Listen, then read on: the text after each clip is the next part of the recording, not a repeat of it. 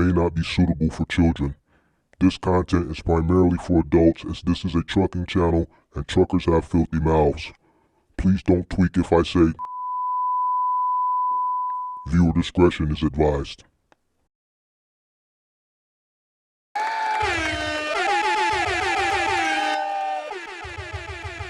Sweet. What's up?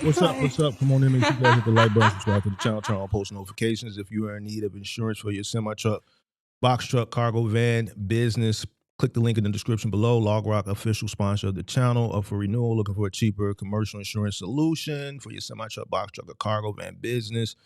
Make sure you click that link in the description below for LogRock. Come on in. Make sure you guys hit that like button, subscribe to the channel. Turn on all post notifications. Sweet. How's everybody doing? This afternoon was a Thursday. Was the January 8th. Let's see what we got going on. Shout out to CTR Logistics in the building. Beats in the building. Shout out to Pippi. Shout out to all the models. Shout out to V-Style. Shout out to all the MGM gang. Shout out to Emika. What's going on? Shout out to Drew. What's up? Shout out to William Sweet. What up? Shout out to Thomas Fowler representing Huntsville. Shout out to Rich in Chicago representing the crib. All right, man, let's get this show on the road. What we got going on in here? Let's see if we hit our threshold. Shout out to, who's this? Millennials Lead the Way. What's up? Let me see what we got going on. We got 27, we got 13 likes. Not quite where I want to be on the likes. Not quite where I want to be. That's not 50%. Let's get those likes up to 50%. Come on in, make sure you guys hit the like button, subscribe to the channel, turn on post notifications. All right, boom. I had a monologue that I was gonna, a few people asked me my thoughts on that Minnesota shit that happened yesterday, but I think I'm gonna keep my thoughts to myself, man. I'm gonna keep my thoughts to myself. What I realize is that, because I don't look at things from an emotional perspective. I don't. I look at things logically, right? I look at the whole situation for what it is, and I realize that a lot of people that like watch content and a lot of people that do content and watch content, they just be middle Americans and shit, and they just, it's a lot of emotions and shit that get involved and go into play, and I'm just gonna keep my shit to myself. I'm gonna keep my shit to myself. I know one thing though. A lot of these guys is scary. That take on these certain roles. A lot of these guys be itchy. And you gotta have some level of discernment. And sometimes you need to not put yourself in situations that you shouldn't be in the first place. So it works. You gotta look at it from both sides of the equation. So I'm not really gonna go into detail because I know people gonna get in their feelings and shit. Me personally, I ain't finna put myself in a situation that, I ain't got no business in to be in those types of situations to begin with. So, but come on in, make sure you hit the like button, subscribe to the channel, turn on post notifications. Today I want to talk about something, like right now I want to just focus on things for like new entrants and shit, because this is the time of the year where you see a lot of new entrants coming in and they looking at content and shit. This is like how they do research nowadays. They look at content creators, and this is where most of the misleading starts. We see it every year. And it all starts from the research. And now would be the best time to, do some content around how to research the information and for the information that you need to start this business. But I want to put people in the mindset, the people that are coming into this business, how to go about it, how to decipher between what information is useful versus what's not useful. You know what I'm saying? What's good information versus what's fluff.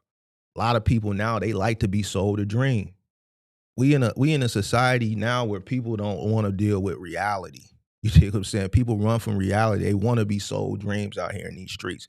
And that's why they and listen, I got my whole thing out, but I'm probably going to derail. So I'm letting you know now. I'm probably going to derail because I feel it coming on just as I'm processing my lecture in my head right now.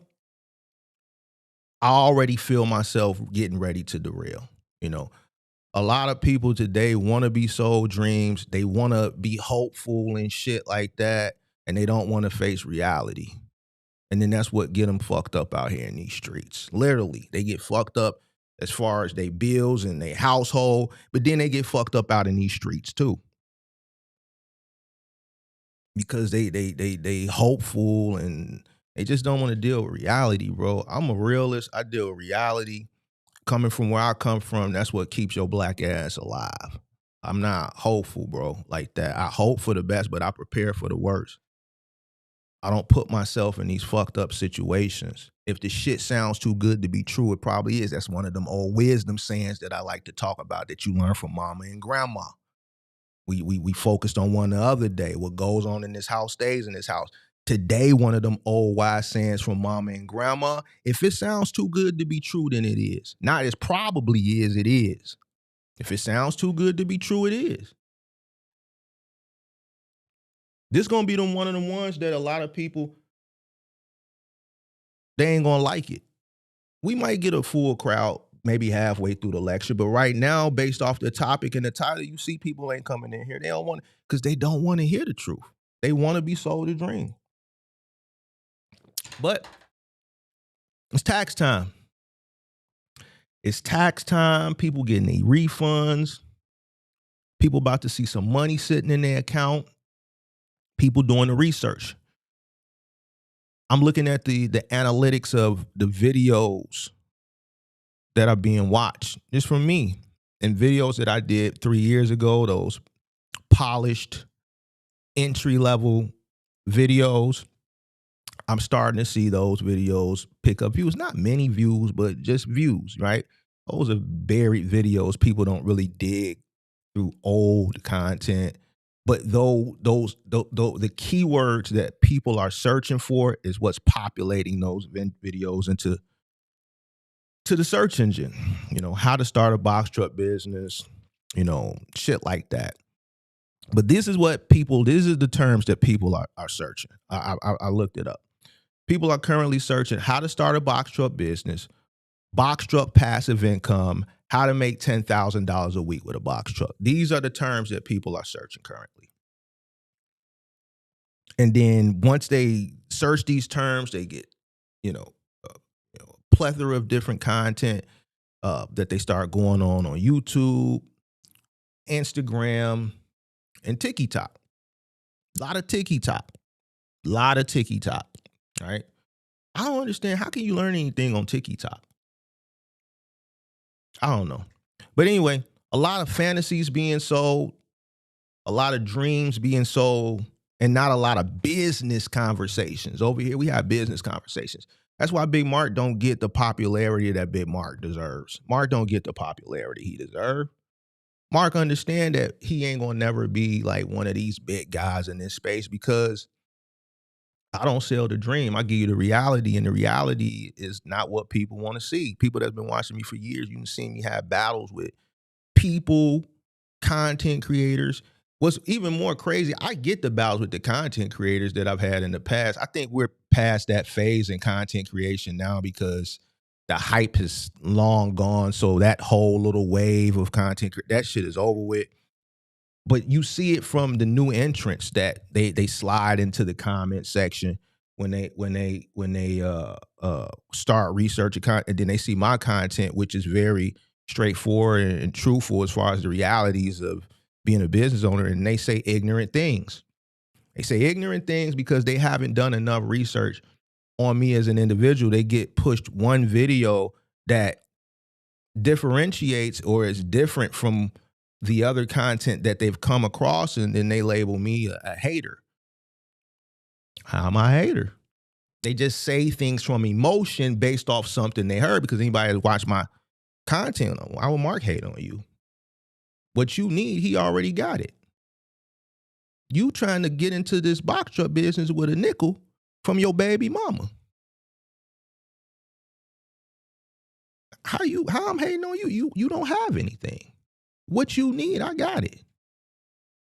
This is an emotional thing, because what they just heard, what they just consumed from Mark was something that they didn't want to hear it.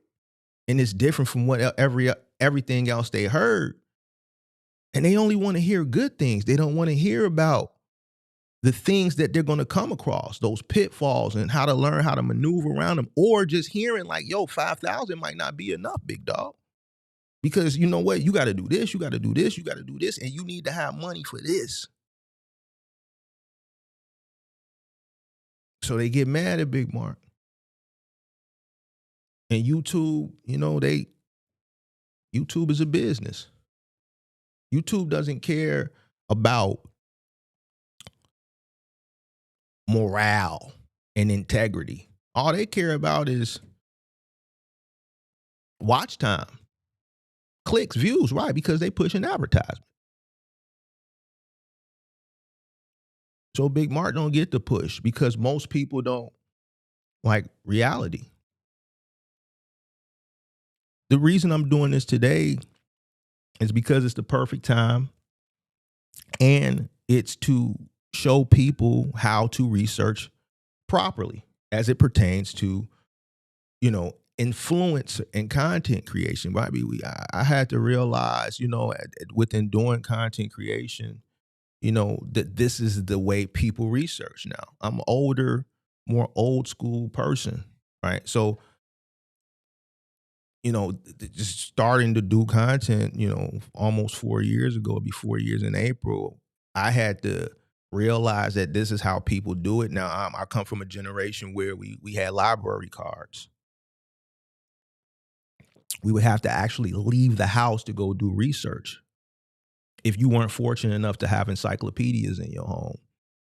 I remember one year my mama took her tax refund and got a set of encyclopedias. By my mom being an educator, she invested into things as far as education in the home, right? It was always around tax time. A set of encyclopedias back in the day were very, very expensive. So I remember one year she took her tax refund and got a set of encyclopedias. I remember one year she took her tax refund and bought a computer. She bought the first home computer we got was in 1994. It was a Macintosh Performer. Some of you guys are what is a Macintosh? A Macintosh was an offshoot of Apple. That was one of their brands they were experimenting with back in the 90s, late 80s, throughout the 90s. So she bought a Macintosh Performer.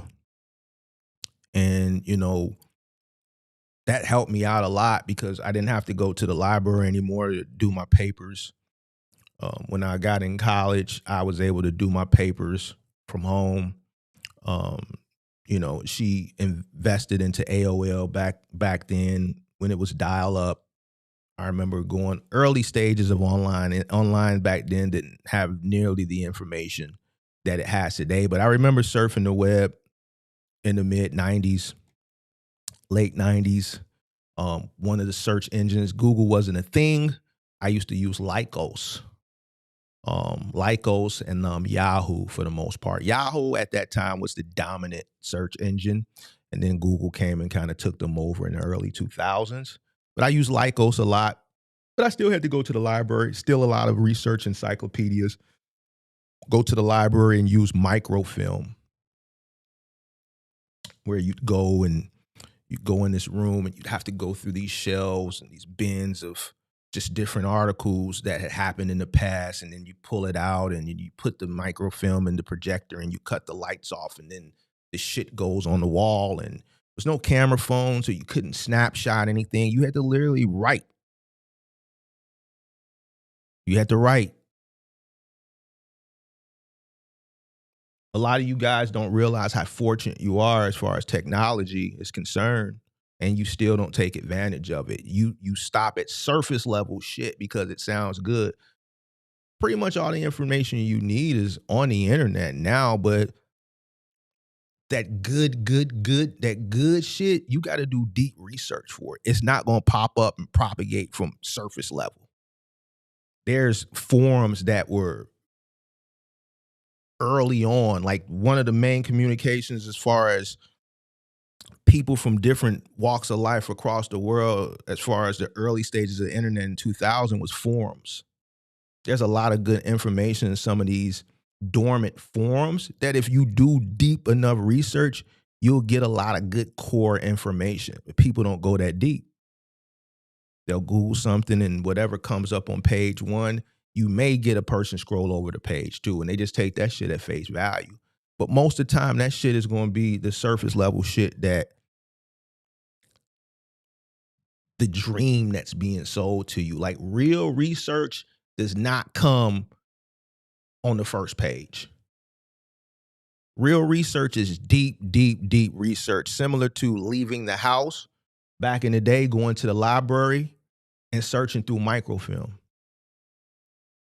A lot of people don't know how to do it. We're going to walk through this. I'm going to walk you down on this today because I need people to understand how to do research.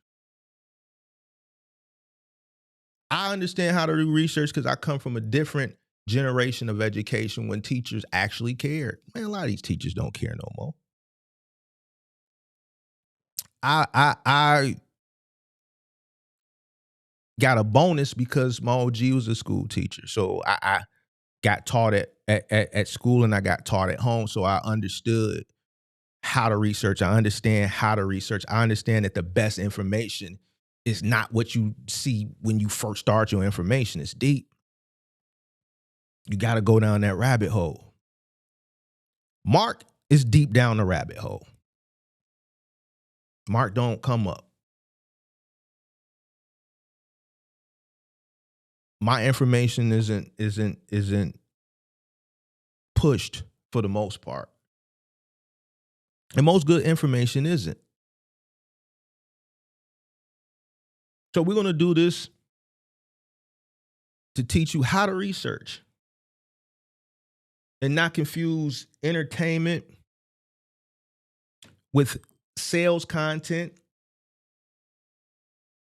You have to search for real operational knowledge as it pertains to this shit. There's some people, when they research content, who come from certain walks of life and they're able to have a level of discernment where they can immediately tell what's fluff versus what's reality. What I've come to learn is not everybody has that skill set.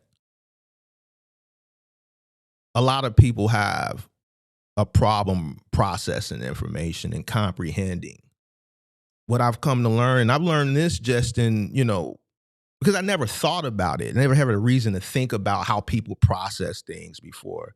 I never was in a situation where I had to care about how people comprehended things before, outside of what I needed them to comprehend as far as a business perspective, as far as doing the actual work. But from a mental perspective, I've never been in a situation or worked a job where I had to think about why or how until I started doing content, and it amazes me. I never realized and thought about how people's critical thinking skills outside of mine and the people that are in my circumference, in my circle. And I come to realize a lot of people today just don't have good critical thinking skills. You see it every time we do these call-in shows and you hear these stories and shit. Some of this shit is not where people lack critical thinking skills. Is basic things that you would think a person would know just off GP or with surface level research. Some people make illogical decisions with information that they could have got doing research, and it's like surface level shit. It's not even shit that's really, really deep, like understanding cost. So what I did was I did research on the content creators because I don't need to watch these niggas.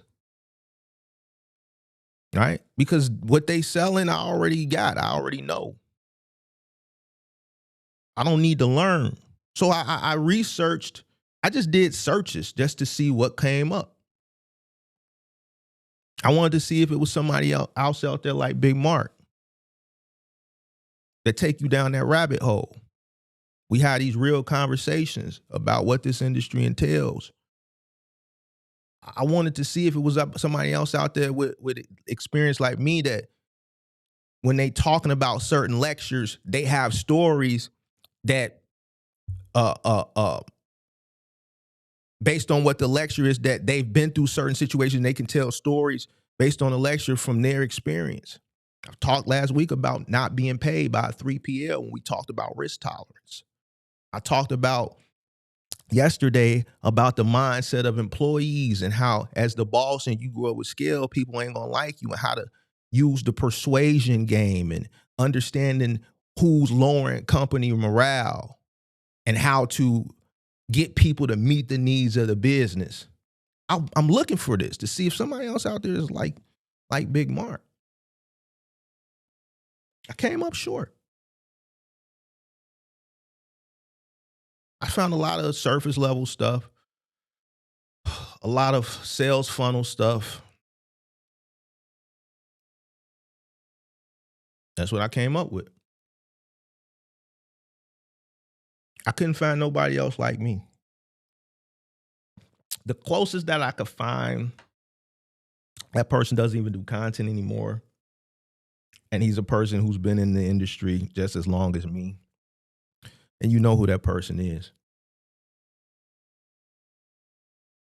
And that was a lot of his content, maybe from 3-4 years ago. Right.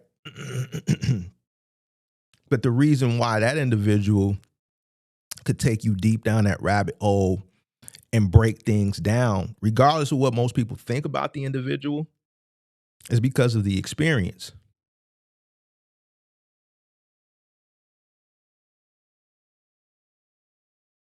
Some people are able to decipher when they consume experience versus lack of experience. A lot of people can't.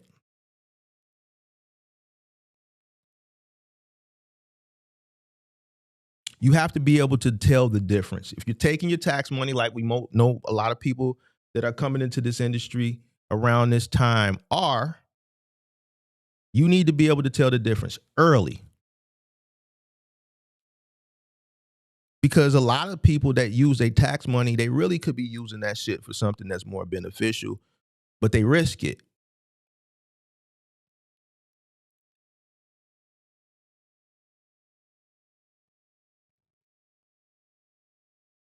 They risk it because they hoping, they risking because they wishing, they risk it because they looking for a way out. And then when they consume, they already got that emotional shit already looming. And then when they come to the content and they start reaching the content, this is where the dream is being sold, and that shit weighs on you. And then that's what shit sucks you in. And that's where you get got at.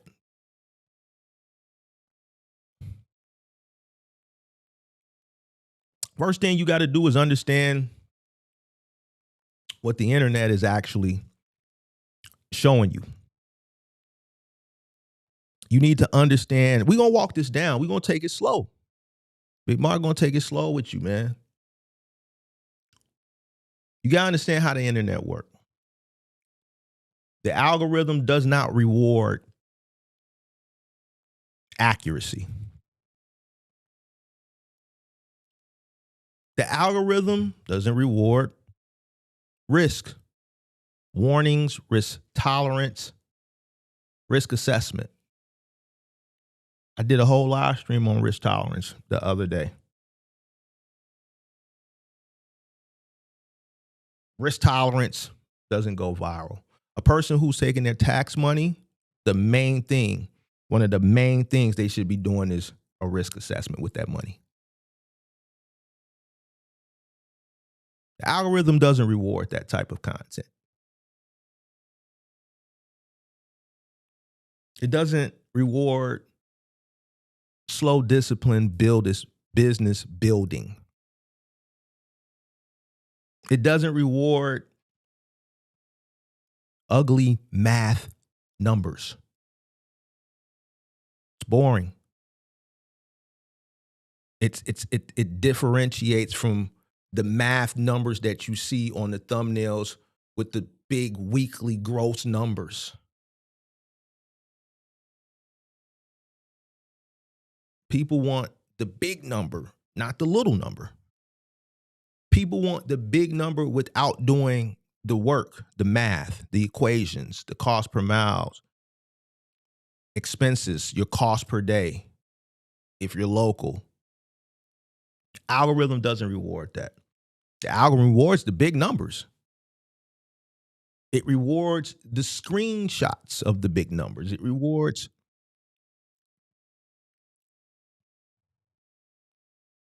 the lifestyle visuals. It rewards certainty. But anybody who researches and understands business, there's uncertainty in business.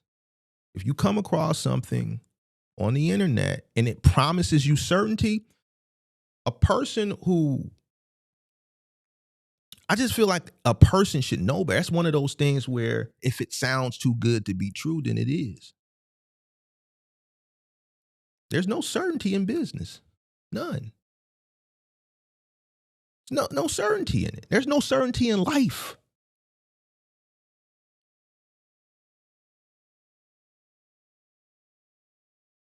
Do you think restaurants knew 2020 was going to happen? Look how many restaurants don't exist anymore because of 2020.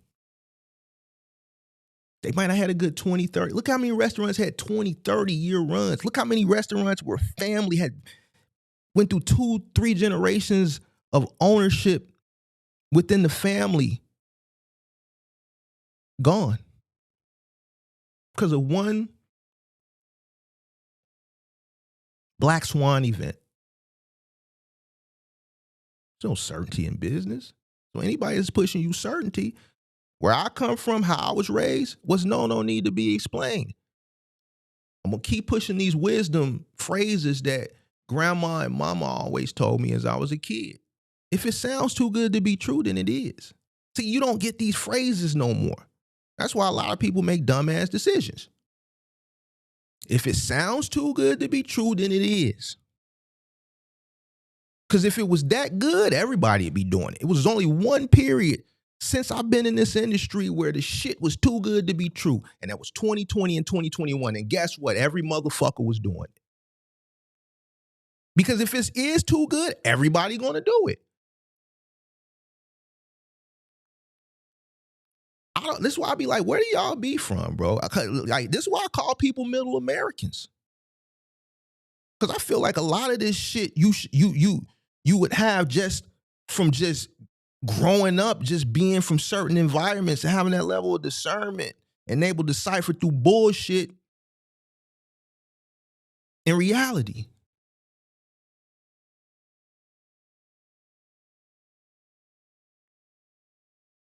Ain't shit certain in life.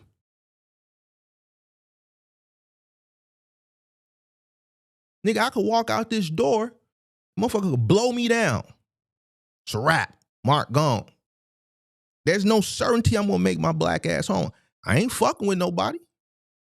Victim of circumstance. Wrong place, wrong time.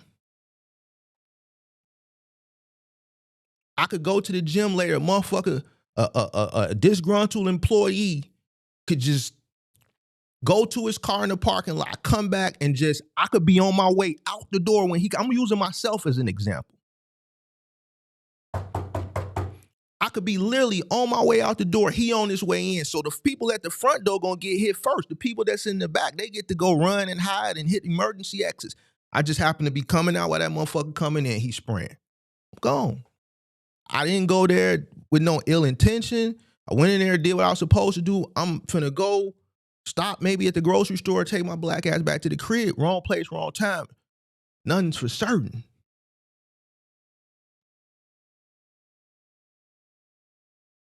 So what's strange to me is when people come up on my show and tell me listen to this person. This person promised them that they would do this, that, and the third. To me, you's a goofy on everything. Listen, I'm sorry. Goofy as hell. You's a goofy. You a whole Yo, goofy goof ass. for certain. And then if you come up and you like 35, 40, 45, 50, and you let a motherfucker talk you into certainty, you done lived enough life to know nothing is for certain out here in these streets.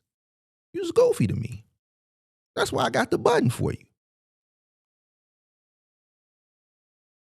Your favorite content creator ain't gonna call you goofy. You call up on my show, I call you goofy. They ain't gonna call you goofy because they need you to tap the link and hit something, buy something. I'm gonna call you goofy, and you're gonna get mad and say, fuck that nigga, because I don't need shit for you. Only thing I got for you is the real. You's a goofy. I'm 35, 40, 45, 50. You believe that shit, you goofy. Any down to 35, they ain't lived enough life to understand that yo ain't shit for certain. They still got a little bit to learn. Ain't shit for certain out here, man.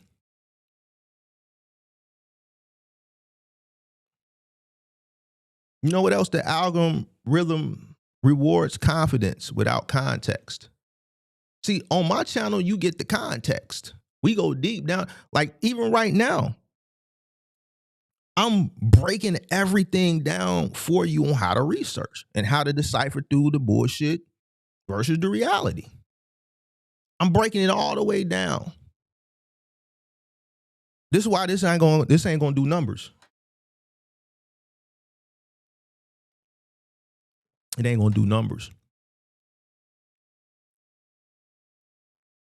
A lot of people, they get that surface level shit, they get confident, like that buddy from last year, the 28-year-old buddy that thought he was gonna have 3 trucks and rent them, and he didn't have no money, and the Russians up here promised him this. Remember the guy who the Russians in Chicago promised him all this shit, and he telling me this shit. He's a middle fucking American telling me some shit about some Russians in Chicago.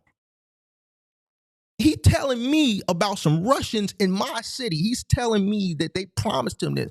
Whole time you a goofy. They sending you off. Man, Mark, I just got to get through the first week, because then after the first week, I'm going to take that money, and then I have money for the second week. This is what he telling Big Mark. I'm just looking at the nigga like he a goofy. You was a goofy. You green, bro. Tweaking. Being sold a dream. Sounds too good to be true. It is. There's certain individuals and there's certain groups of people as it pertains to business that purposely seek out green individuals. I've recently, and I'm not going to go into details because I don't want to put this person out there. This is Discord shit. It's a lot of green people out here, bro. And I don't understand how you can be so green, bro. Like, how can you be so green?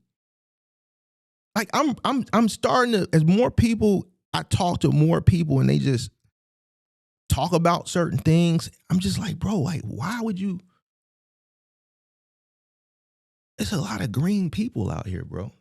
But people prey on green people, especially, and I tell you all the time, certain markets, you have to do business ruthlessly. People will smile in your face, and the whole time they looking to take advantage of you. Motherfucker could be in a suit. Motherfucker could be in a Nike Tech. Don't matter. Don't matter if they in a suit or a Nike Tech. Motherfucker could be clean shaven in a suit. Motherfucker could be dingy and dusty in a Nike Tech. They got the same intentions to get over on you.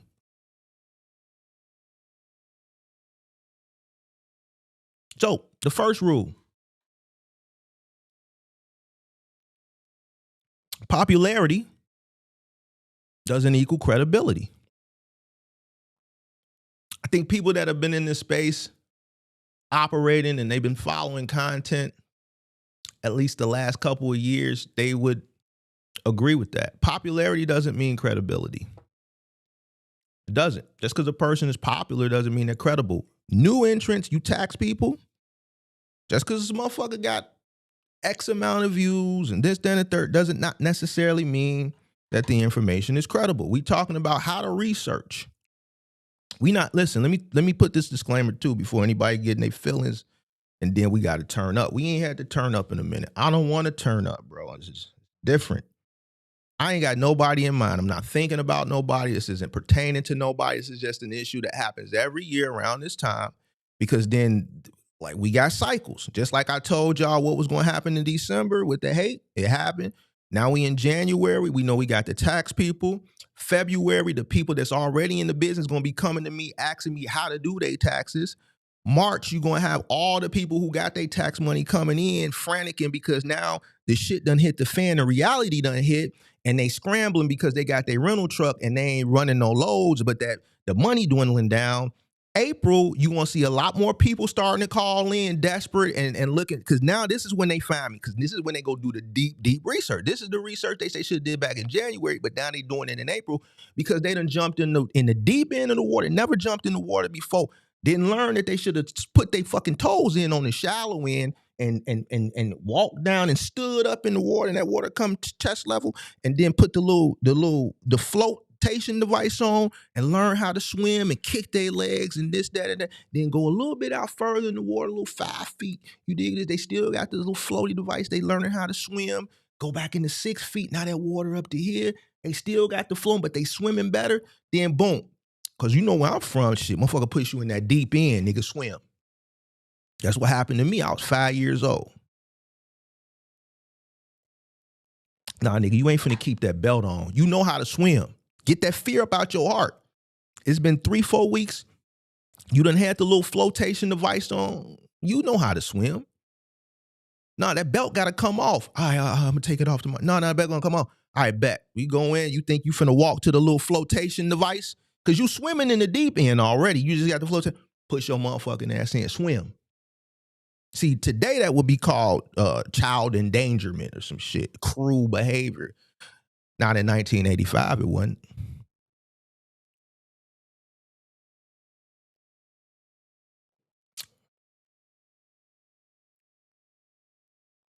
Not in 1985, it wasn't. Popularity don't equal credibility. You got to go deeper down the rabbit hole. You got to go deeper down the rabbit hole. The best information ain't going to jump out at you. But then again, on the flip coin, we see that if it do jump out at most people, they don't accept it, because a lot of people today want hope. They don't want reality. A creator can be wrong. They can be inexperienced. They could be even failing and still go viral.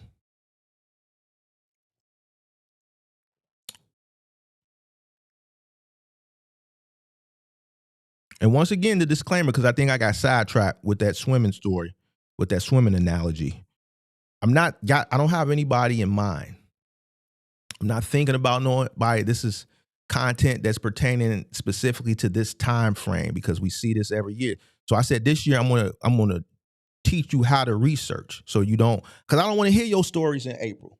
In April, I don't want to hear your stories. Every April, motherfuckers coming up here talking about how they was misled and they wish they would have found me first. I don't want to hear that shit this year. So hopefully you see this so you know how to research.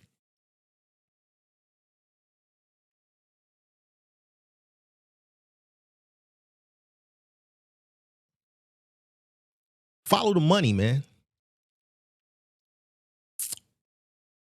Follow the money. I always tell people to follow the money. You want to make money, you got to follow the money. That's how you get to the money. A lot of people don't know how to follow the money, though. They don't really know what real money is. You know how I know? Motherfuckers will sit up here and talk about, man, you ain't out here. You in the house. That's a stupid motherfucker right there. They don't know how to follow the money. You ain't out here. You in the house. They don't know how to follow the money. What's known don't need to be explained.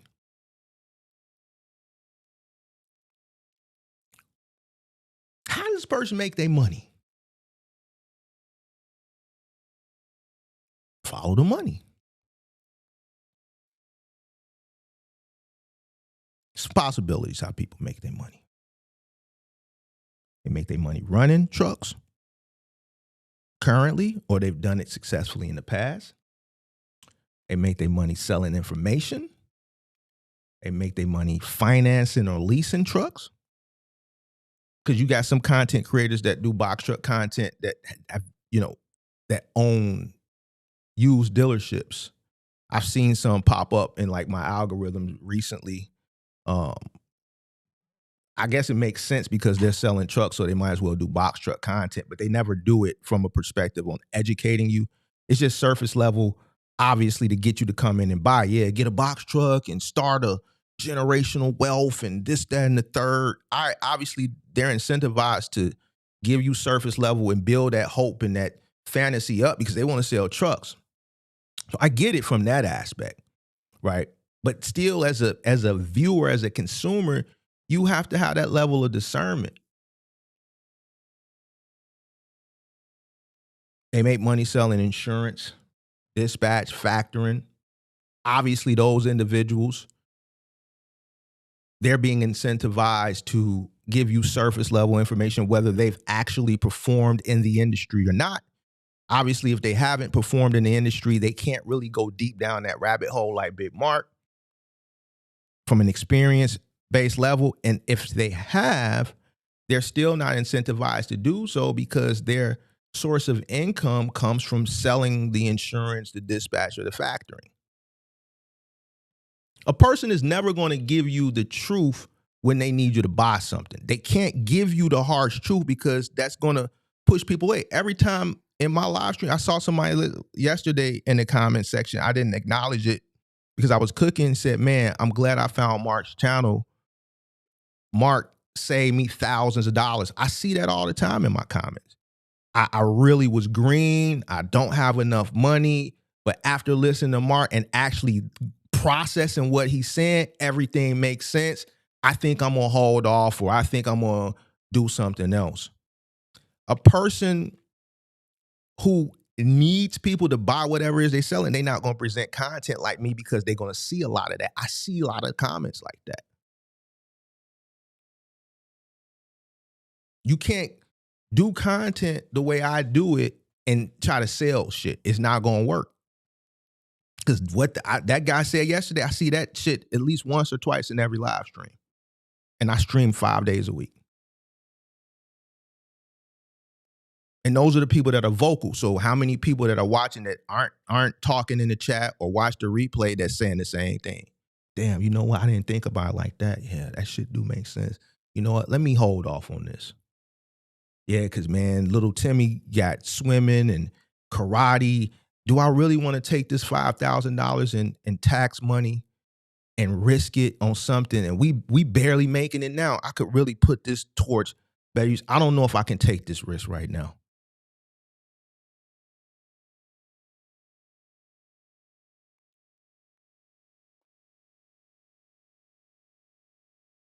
Believe it or not, a lot of people don't even look at it from that aspect. Man, this person is being incentivized to give me the highlights.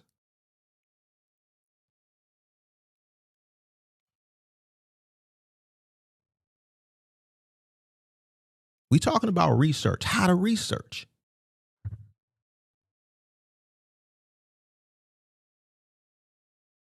You talking about people that they're incentivized to just tell you the highlights. Their livelihood depends on you coming in and buying whatever it is. So a person like that ain't going to give you the real deal Holyfield because you're going to see a lot of, man, you know what? Hold on, let me pull back. That's taking sales and it's taking revenue out their pocket. Ads, affiliates, sponsorships.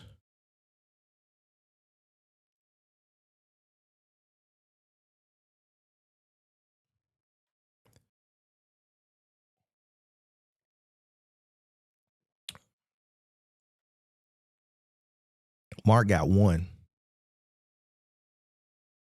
It's a startup.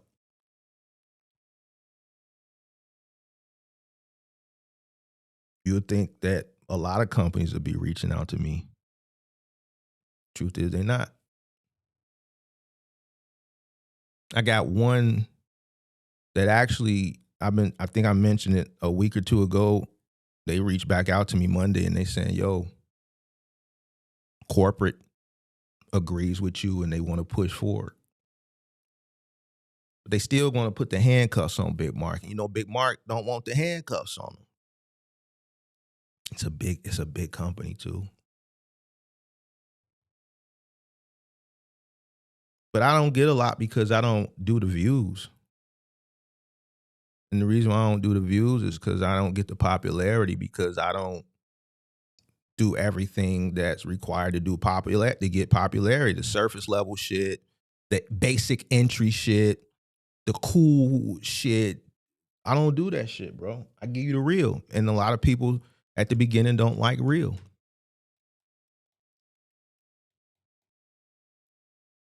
I turn most affiliates down. I swear there's a guy in my email right now that's been on my bumper. And I just actually I think Sage, referred this company to me. I'm gonna get to it, but it's just like, bro, I got so much shit going on. I'm gonna get to it, but it's like, bro, like I got a priority list, and an affiliate is not at the top of it. No offense, but my first priority as far as the content is to get the information to the people.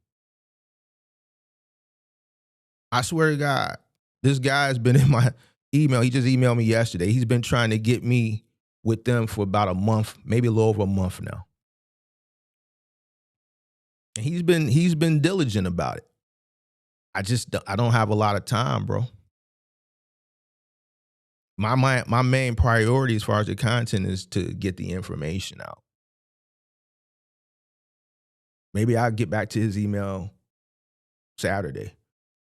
Verizon hit me 2 days ago. I haven't responded to them.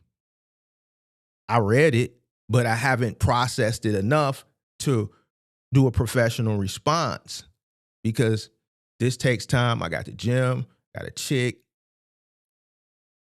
I got shit that I got to do. So it's a priority list. We'll get back to him.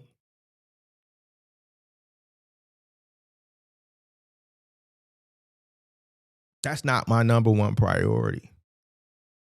Those things that help with the cost of the production, because the production cost.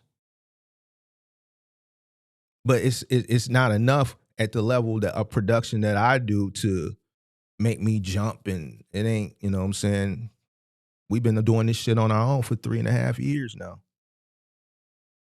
We've been fronting this bill for 3.5 years consistently off the muscle.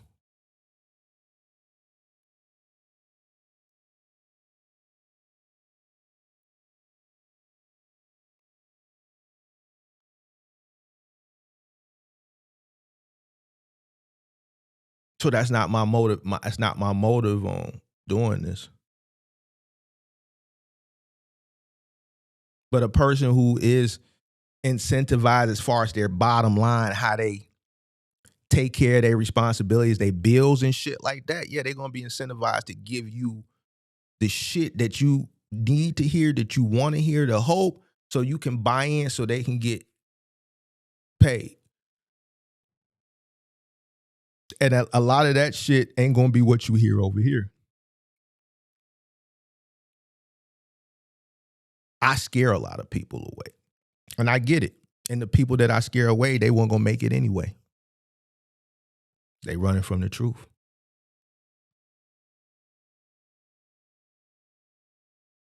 They're running from the truth. If a person's primary income depends on you starting a box truck business, that individual is incentivized to oversell you starting a box truck business. I don't do entry-level content. I don't like dealing with inexperienced motherfuckers, because I realized that y'all the greenest. I stopped doing that shit. I do intermediate and advanced content. I don't like dealing with new niggas. What I realize is a lot of new people now that come into business, it's just hard to deal with. Like I was talking to this dude yesterday in the Discord, like, bro, like niggas, you tweaking. I done told you what to do over and over. And then he literally put it in conversation with somebody else in the chat. Man, the hardest thing is just listening to Mark and just doing what he tells me to do, but I'm working. Why you just don't listen? You keep getting every fucking week we talk to this motherfucker in the Discord. It's a new fucking problem. And guess what? The problem could have been prevented if he would have just listened to me from the last time. The reason why you keep running into these problems, the motherfuckers keep fucking with you and taking advantage of you because you ain't listening to Big Mark. And then not only am I telling this motherfucker this shit, everybody else telling him this shit in the Discord. So now he getting held accountable by 20 motherfuckers in a voice chat. I don't understand it. That's why I don't like dealing with new motherfuckers, bro. Y'all niggas is hard-headed. So fuck it. I ain't gonna do it with the new niggas, man. That's why I don't do new content. I don't do all that basic ass shit. Man, go down the street to Big Vic. He got you on that. I don't do that shit.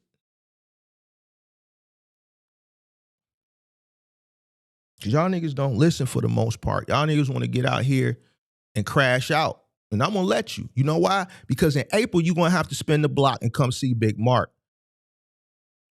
And we're gonna have a nice conversation at 312-772-5483. It's gonna be a good conversation. It's gonna be a great conversation. You know why? Because now I'm gonna get a chance to showcase my talent, my experience. I'm gonna take your fucked up situation because you naive and you don't listen, and I'm gonna show motherfuckers how cold I am.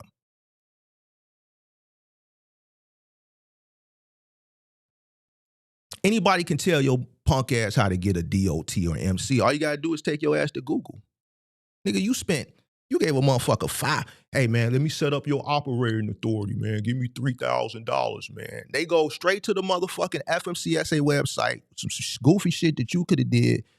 Put your information in, took your money, paid $300 for your MC, set your shit that you could do yourself.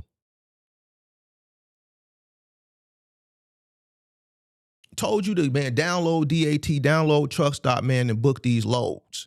They ain't tell you how to go do it successfully and effectively. They ain't talk to you about cost per. See, you know why? Because I talk to a lot of these niggas. Once they come, they get fucked up and they come like, man, did buddy ass teach you about cost per mile? No, Mark, I never even heard about cost per mile until I started watching your channel.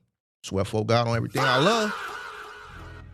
I'm like, wait, you paid how much for what? Man, I paid motherfucker $5,000 for this motherfucker, man. And man, I never heard of cost per mile until I started watching your channel. Man, didn't nobody teach me about how the operation cost. Man, I didn't find out until I watch your channel. You seen people say it in the Discord. You seen people call up on these shows.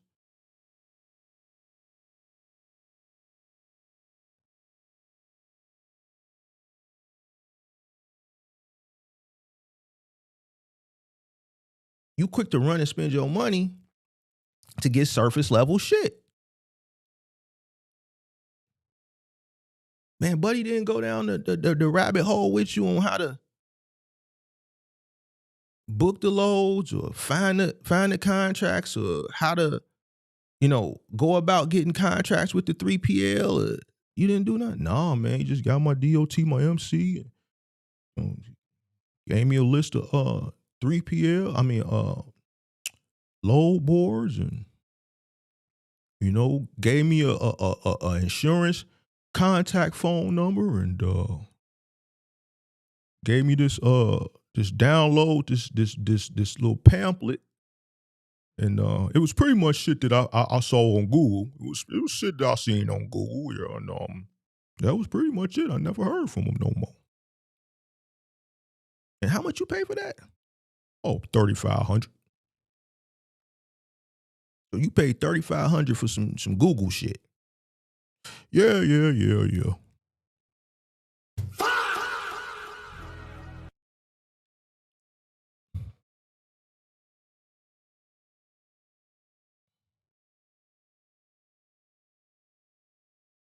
It's a reason why they don't go down the rabbit hole. Either they don't know what down the rabbit hole consists of because they never been down it, or they make money off your greenness and your naiveness, and it's not beneficial to go down the rabbit hole because then it would deter you from spending the money.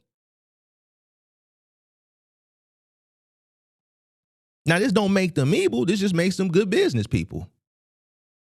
This makes them good salespeople, to be honest with you. Don't make them evil. You need to view content with caution. Shout out to Chauncey Simmons in the building.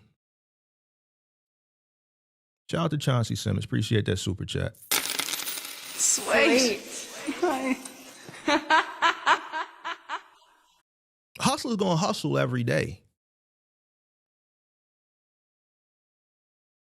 They're gonna hustle every day. You can't hate the player, you gotta hate the game. If you got caught up in the hustle, I always use the same example. New niggas ain't gonna understand this. 3-card Monty, 3-card Monty, 3-card Molly, depending on where you from. It's a sucker coming down the street every day. It's a sucker coming down the block every 5 minutes. Go out to Vegas. Always on the strip. Buddy, always on the strip, right in front of the Bellagio.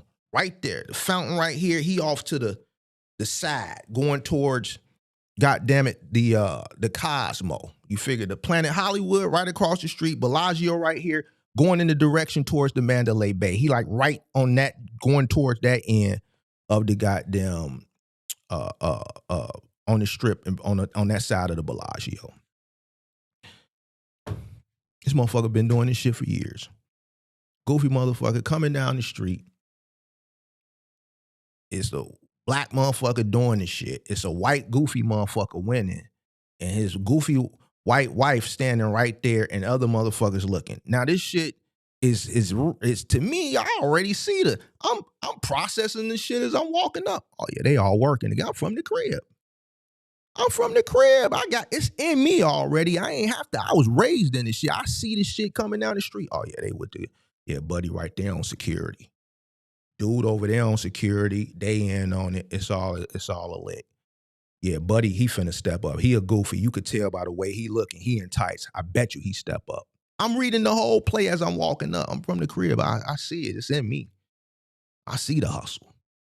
Sure enough, buddy put the money down because he done let the goofy white dude. And I say goofy white dude, it's because he's purposely dressed to look like a goofy white dude. That's part of the lick. Oh yeah, the goofy white traveler dude with the black hustler guy. If the black hustler looking dude is paying the goofy white looking traveling dude, it makes it more believable. So boom, the stupid tourist puts 100. Yeah, we giving money away today. We giving money away. We giving it away. So he seen the goofy white guy win, who's dressed up like a goofy tourist. He put his $100. He let him win. He got a wad of money in his hand. Double or nothing. Now dependent, because now this, mind you, buddy as a hustler. So he know how far he can take it. He know if he do double or nothing, he put the 2 up and let him win 4, he can tell, you know what? If I do double or nothing, I let buddy win 4, buddy might quit on me. I may not be able to get him for everything. Some people just gonna know, maybe I should just take the 200 and hit him on the next one, double or nothing. Or maybe I know how to push it the first. A good hustler know. He feel like, yeah, dude goofy, he done had a few drinks. Yeah, I got him. Double or nothing. He put the 2 up, 4, boom, he give him 4, he win. Now he finna get him. Man, come on, I'm giving money away today. Now he got him, he green. He already intoxicated. He done had a few drinks. He on the strip. He having a good time. Buddy put the 4 up or put the 8 up or whatever. Now he finna stain him. Go ahead and give me everything. What else you got? How much you got? You already got 4 up out of me. How much you got? Man, I got about 8 more. Man, put the whole 12 up, man. I'm giving away money. I'm generous, man. He go back in it. He take the money he won plus what he started with. He go in his pocket. He put 8 more up. Buddy, whole face change. Buddy, whole face change on the goofy ass motherfucker. Now this motherfucker turned into a goddamn, that motherfucker moving them fucking red bottle caps faster than a motherfucker. That motherfucker sober up quick than a motherfucker now. Where that? Wait a minute. The last 2 times you said, all right, now pick which one the ball is under. He went from pick which one the ball is under. Where that? See security firm up, right? Because he getting prepared Just in case Buddy act out, he ready to motherfucker still off his goofy ass. The two goofy white motherfuckers, they done dipped already. As soon as Buddy did the play, they got security. You see him tightening up. He in the cut. They don't know. He just look like he watching. He ready to stick dude. Because dude, as soon as he flipped the shit and it ain't there, dude gonna grab the money, put the board under his thing, and walk off.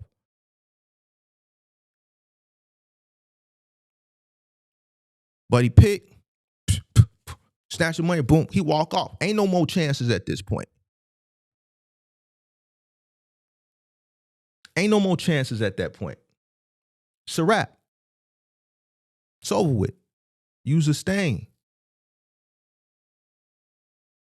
Game over. Mission accomplished. Now, is it that dude's fault that he took advantage of you? No, he a hustler.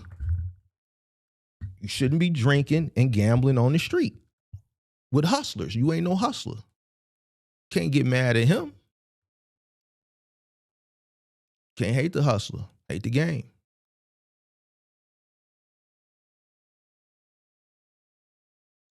Let's talk about fluff content versus real content. I told you this wasn't going to be popular, man. This ain't going to be popular. People don't like to hear this shit. We've been having 100 and something people every live, but this one I knew wasn't going to be popular.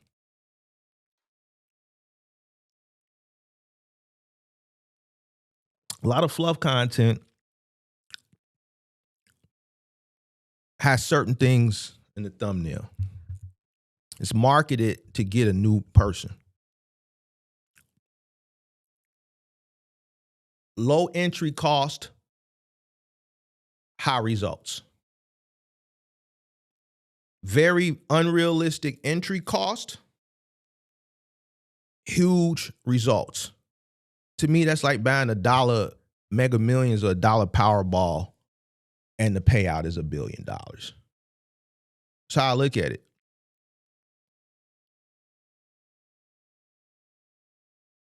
But a lot of people don't look at it like that. Another clue to a new person that's coming in of fluff content on what to look out for, and we talked about this yesterday, box trucks are passive income. If you missed the show yesterday, because I'm not going to go into details today because I did a whole show about a box truck not being passive, watch yesterday's show. Person tells you a box truck is passive income, run. It's not. Ain't shit passive about it.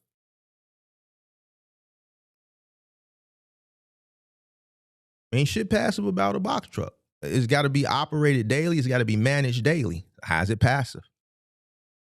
If you believe that, you get the goofy button. Goofy as hell. That you telling on yourself if you believe that. How am I telling on myself? We know you don't own anything. You own nothing. You own nothing of asset and you have no investments. Because if you had anything and investments of passive income, you would know what passive income really means. How can it be passive when you have to manage it, monitor it, operate it every single day? Well, I ain't going to be on the truck. Once again, you have to manage it, focus on it, find the loads for it, do all that shit, bro. Most of the motherfuckers ain't out here got the money to just hire a system of people to do everything for them.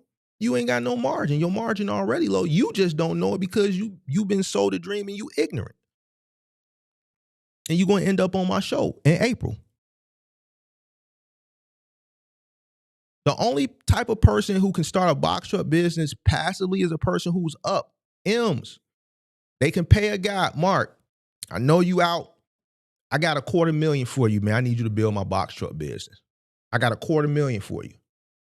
And I understand that I'm not going to see a profit for at least 5 years. Can you get me to profitability in 5 years? That's a person who's passive because they got ugly M's and they could pay a motherfucker who can build the business for them while they still be on their yachts and still be on their jets and shit like that. They have the resources to put into play so that it can be a form of passive income. But most people that are coming to most people that are looking to start a box truck business, listen, let me keep it a buck with you. A motherfucker that's looking to start a box truck business ain't got that type of capital, because if you had that type of capital, the last motherfucking thing you would be trying to start is a goddamn box truck business. Fuck we talking about, nigga? Motherfucker that's playing with a real bag ain't looking at starting no trucking business. Facts. Ain't no way I'm starting a trucking business at this point in my life. I know how to play with the bag now. I know how to play with money now. I know how to use money as a tool. But first you got to get the money. I'm not saying starting a box truck business is a bad thing. I'm saying passive income. There's only one way I know you can start it passively, and that's a person who has resources, capital, and they have, because they have the capital, they can purchase the systems to do everything for them while they sit in the cut and wait on a return on their investment. And they understand it's not going to be instantaneously. They're willing to operate at a loss for a couple of years because they understand business. If you go out and you go to one of these fucking truck places, you buy a truck and your goofy ass think, oh, I'm just gonna put a driver in, it's gonna be passive income. Every day you're gonna talk to that driver, that's work. Every day you're gonna have to book loads, that's work. Even if you got a dispatcher, you still communicating with the dispatcher, that's work. In a month, you're gonna realize your expenses is too high because you thought that you could have systems because you were sold this idea on the passive income, but now you realize you're not making no money because you got all these systems for one funky ass box truck and you don't have the capital to wait 2, 3, 4, 5 years, but it's not gonna happen anyway because you only got one box truck. So now you gotta relinquish all of that extra shit and still come back out here and actually do the work. So where is the passiveness at?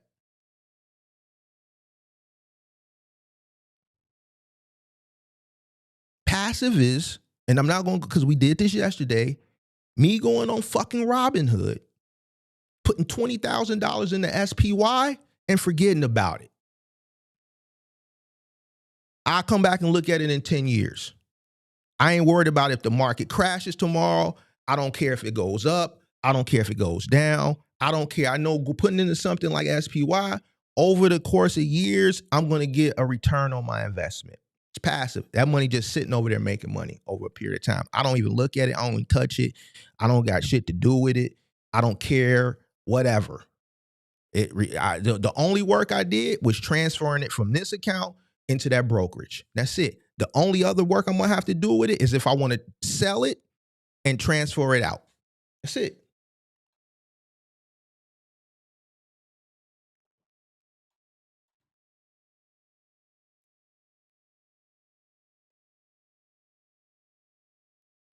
Not fucking passive. You don't need to know nothing about trucking. You just source everything out. You can't do it with one truck, fool. The margins are like this. Everybody that thought that they could source everything out, they found out the hard way. The only motherfuckers that can start a box truck business and source everything out is the motherfucker that's playing with a bag with the understanding they're not going to get a return on investment for years. They also have an individual who's credible and proven that they're paying an exorbitant amount of money to do it for them. And it's going to be in the 6 figures. Motherfucker come to me to get me up out the house. Mark, I got 5 years. I got about $3-5 million that I want to put into this trucking business, man. I'm going to give you $250,000-$300,000 a year. Mark might have to think about that. Mark might have to think about that because Mark can do that from the crib.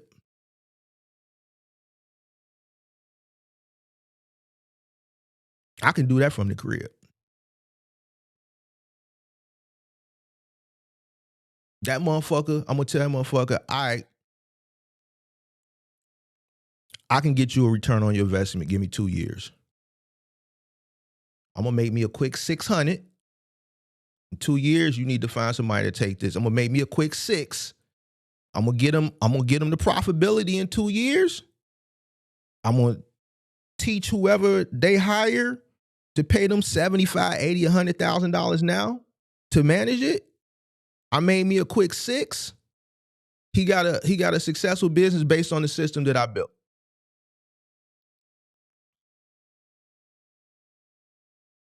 It's the only person that's the only type of person that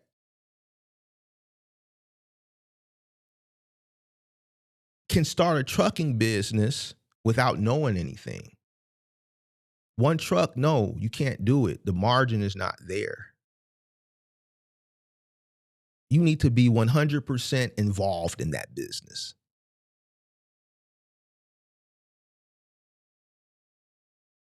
This is where your ignorance is shown. You don't understand business. The only people that can come into a business without it's just like a person going and buying a franchise. Most people that buy McDonald's, the most that they get as far as operational is going to Hamburger University. But then some of those guys, they hire a person, a liaison or a buffer that's in between them that manages their McDonald's franchises. That's the person that goes into the different stores and flies around to the different McDonald's and deals with the general managers of each store. A person that got the type of money to invest into a McDonald's ain't going to Hamburger University for 3 months and taking those classes. They up M's. You got to have $1 million liquid and $1 million in assets just to even be considered for a McDonald's. That's an individual who got money and they can put people in place to do all that legwork for them and pay them handsomely and wait on a return on their investment. One box truck is not enough to be that type of boss. The reason why they can do that is because there's margin there.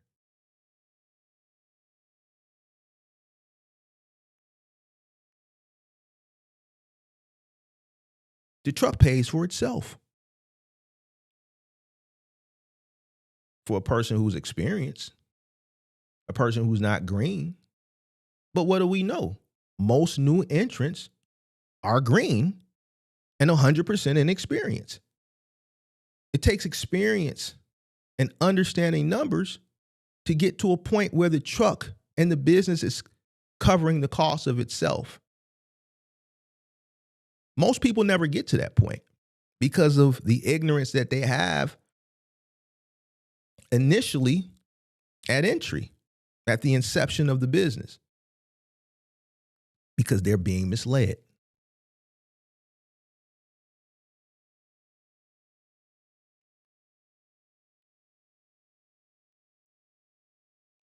Told you it's not popular, boy. It's not. People don't like to hear this shit.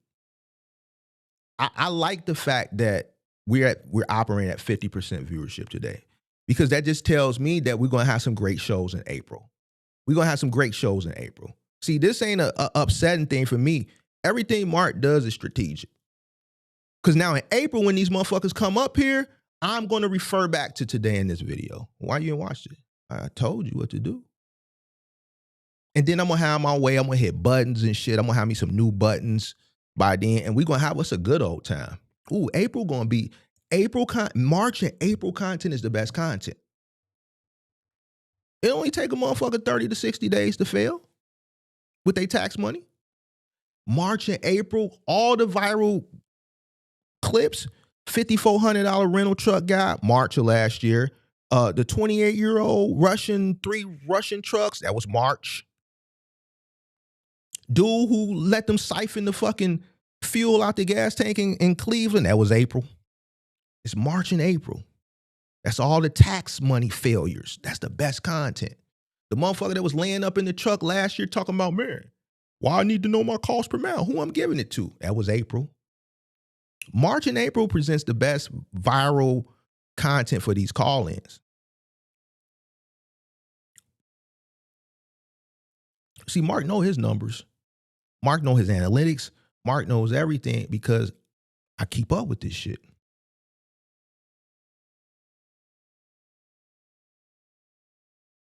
I'll show you the blueprint. This is what they hear. This is what you got to watch out for. But you don't get numbers. When I did my research in preparation for the stream, I looked for another content creator that went through extensive numbers like me. Didn't find it.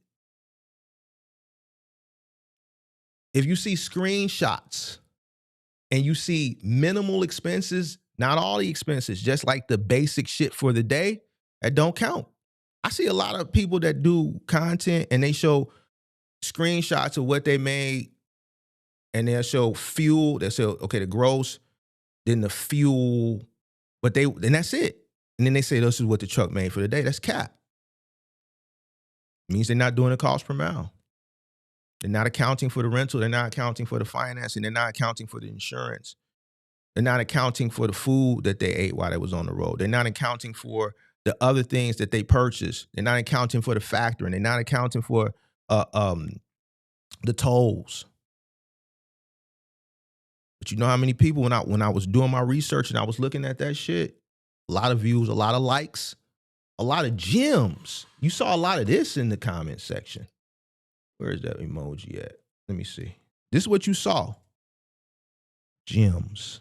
Gem. You saw this. You saw a lot of that in the comment section. So I'm like, motherfucker just put up a gross number and said fuel and then net. And then I seen 7,000 million views and fucking 50 gazillion billion comments and 10 trillion zillion billion fucking gems and facts, and you dropping gems. You just saved me. I'm finna start my box truck business. You mean to tell me I could make this, that, and then after I take the fuel, then this is all the money I'm gonna make every day? Man, wait till my tax money come in. I'm gonna do it. Gems. Now, a real seasoned person looking at that, like, look at these goofy motherfuckers right here. Goofy as hell.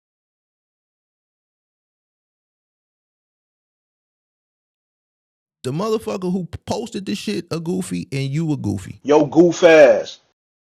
Because there's a lot more expenses than that.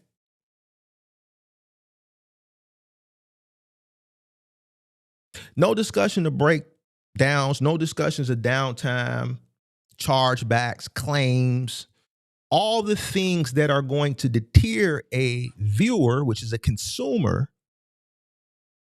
from purchasing whatever it is that they're selling. That is where they're making the money from. Over here, what we talk about downtime. We talk about claims. We talk about real things that happen out here in the real world. Why?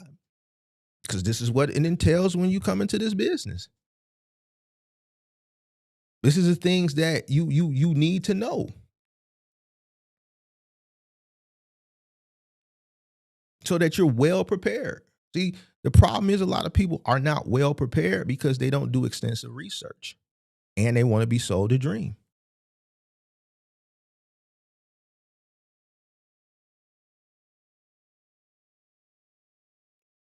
Fluff content always answers the one question: how much can I make? But avoids where can I go wrong?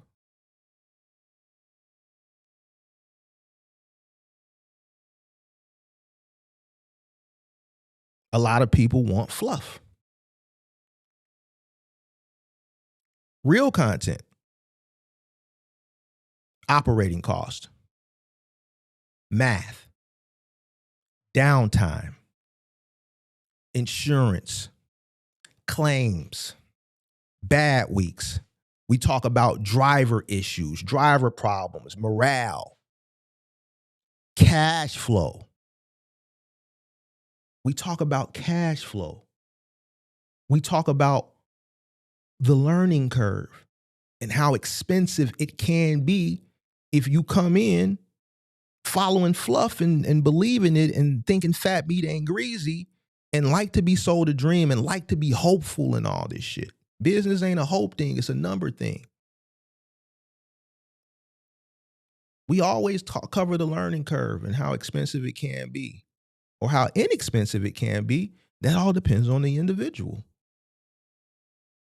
This is what real content looks like. It's not pretty. It's not popular. It's not liked by the masses. It's only liked by the individuals who are going to make it.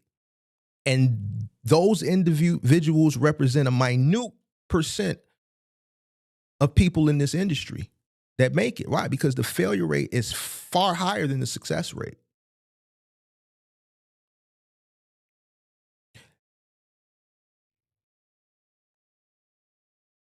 Think about it. Fluff content usually has a bunch of views, which represent the majority failure. Real content has minimal views, which represents the success rate. It's all numbers. I think I've done well as far as content from a realistic perspective and being able to survive after the hype has died down because of the presentation, right? And the personality. I'm a personable person, and I have the experience, so I'm able to talk. I'm able to go through the InfoWars. I'm able to go through the debates and come out victorious. So that's why I've been able to last when everybody else didn't, once the hype died down. Being a person that doesn't put out the popular content.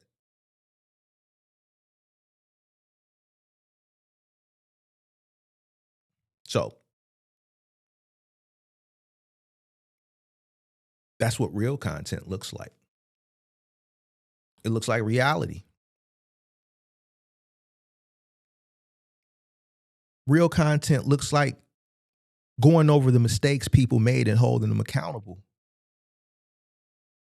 And not caring what they think or what they feel, because I don't really care. I don't come into anything emotionally. The truth is the truth. Nigga, you don't know your cost per mile. You tweaking. Why'd you do this partnership? Why did you think you supposed to pay yourself $1,500?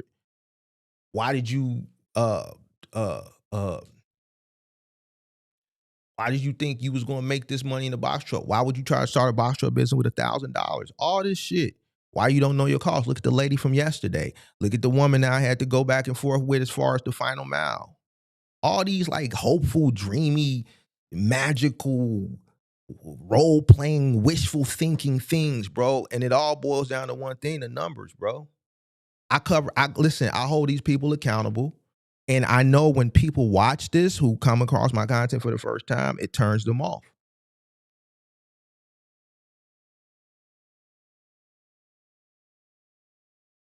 But at the end of the day, I didn't tell these people nothing wrong. That's what real content looks like. It's boring. I just found a way to dress it up and make it entertaining. People don't understand business is boring. Margins, risk tolerance, capital, compliance, sustainability, all these things are boring.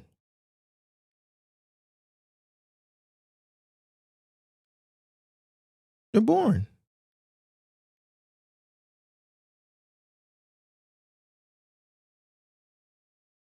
It takes discipline to deal with something that's boring. Normally, when a person comes across a TV show that's boring, they change the channel. That's entertainment.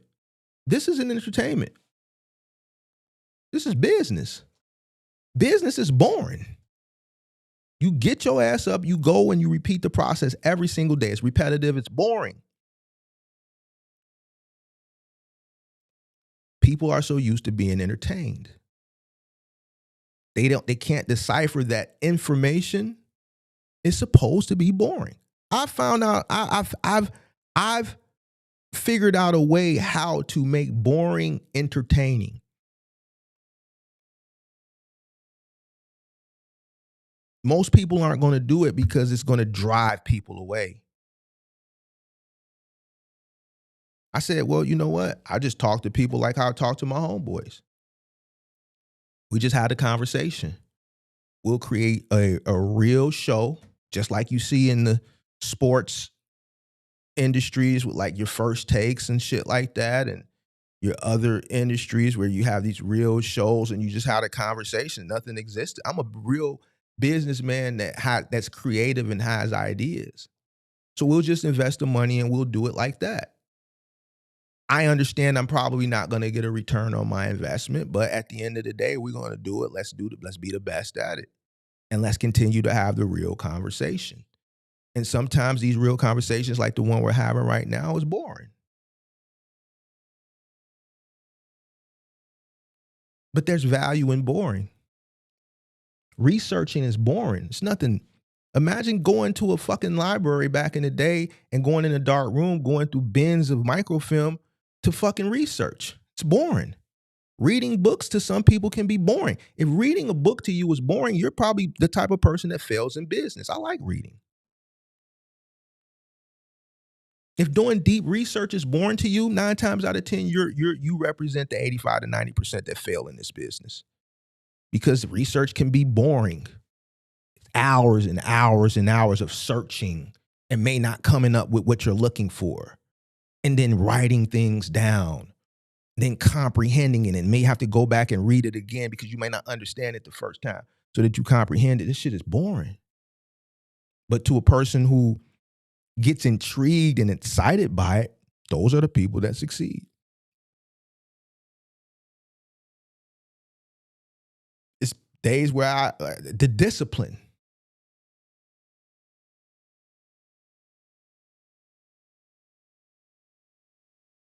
Real content as it pertains to this industry is less exciting because it's not selling the dopamine, that rush of, man, I can't wait till I get my tax memos to this box truck business. I'm gonna make $10,000 a day, $10,000 a week.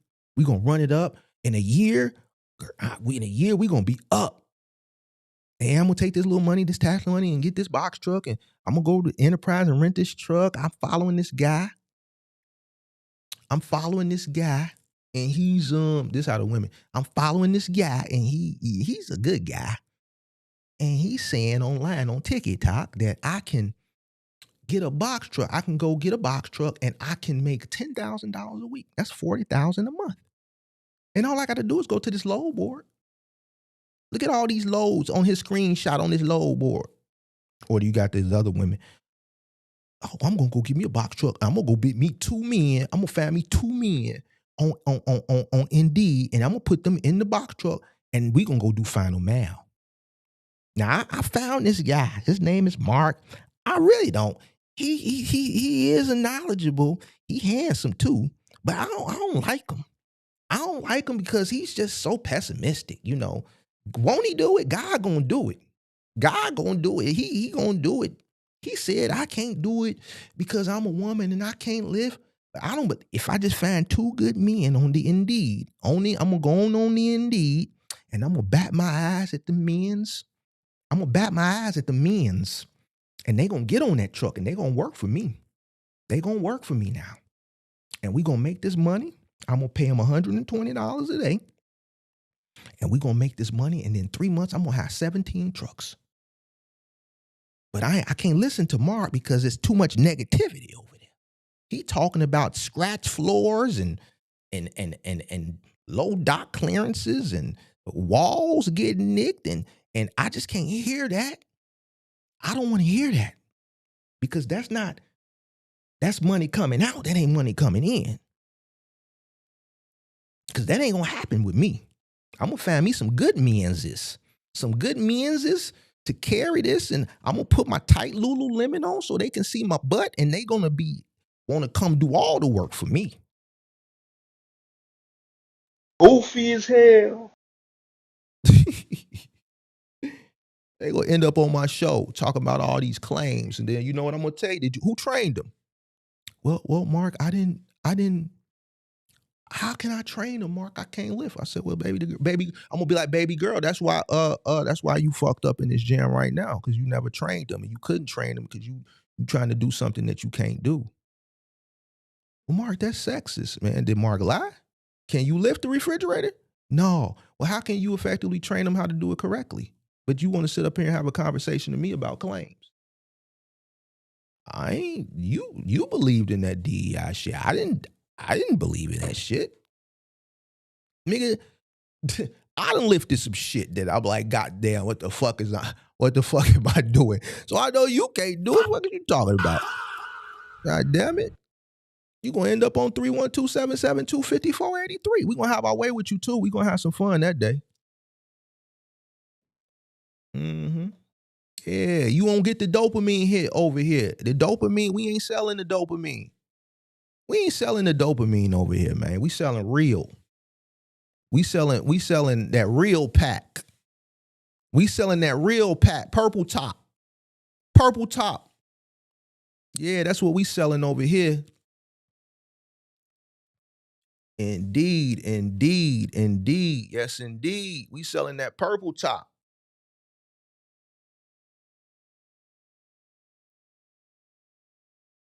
Let me tell you what you need to do going forward. When you find your favorite content creator that's selling you the dopamine, I'm gonna give you some questions to ask them.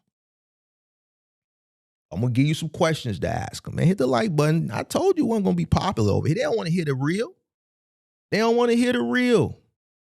It's cool though. We're gonna have our way with them in April. I'm gonna remember this too. I'm gonna say you didn't watch my show back in January. I was getting 100 people an episode, and then I did this show and it was 50 something. You didn't watch it. I'm gonna hold that against you. I'm gonna hold a grudge. In March and April, you come on my show with this dumb shit, I'm gonna hold a grudge. Remember this date, January 8th. I'm gonna hold a grudge on your punk ass. You punk motherfucker, you. You didn't watch my show that day. My numbers was low because you didn't want the truth. And I felt the way about it. And I'm gonna hold you accountable. This is what you ask your favorite content creator when you feeling that dopamine rush. And I want to see if they answer the question for you. What does it cost to operate the truck by the week?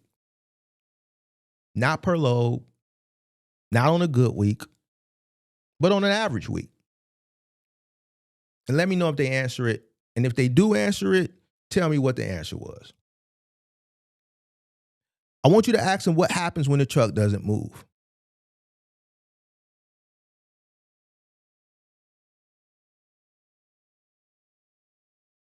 I want you to ask them what happens if the truck doesn't move. Well, what happens if the truck don't move? I want you to ask them that. Here's a good one I want you to ask them. It's something we talk about all the time. What is the real margin after expenses? This is where you're going to fuck them up at. You're going to fuck them up right there, man. You're going to fuck them up there. Ask them what the real margin is after expenses. Don't be surprised if one of them tell you 70%. Listen, I ain't on bullshit. I'm not on bullshit. Listen, I told you we ain't gonna never let that one live down. We ain't never letting them. Now that was one of the ones from the people that's been watching the content for years. They know when we talk about that 70%, they know where I'm going with that. I'm done and it's all in love. I'm peaceful when I do it. I don't want no issues. I don't think he want no issues either. I think he learned his lesson. But at the end of the day, we never letting that live down, bro. We not letting that go. We ain't letting that go. I know a lot of y'all in the chat lost. What is he talking about? That mean you ain't been in the space for a long time. You ain't been in the space for a long time. But that's your favorite content creator. When you get that, when you feel that dopamine hit coming on, what the real margin is after expenses. Because I heard a content creator tell a motherfucker 70%. And I ain't bullshitting you neither. I ain't going to say who it was. And I got the receipts. Now, you know Big Mark keep his receipts, so I don't want to hear that's a lie. You know Big Mark got the receipts.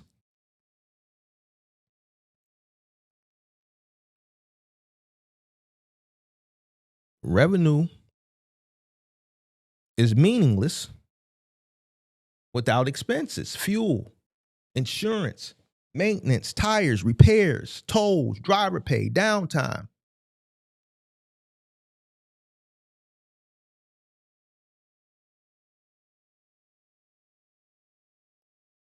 Ty, you just out here naming names and that ain't even the person. That ain't the person, Ty. See, you out here naming names and that ain't even who. See, you tweaking. Ain't no guessing. If you ain't been around, then you shouldn't guess, because person that was there that day and saw it, they know. They ain't gonna have to guess. If you got to guess, then don't say nothing.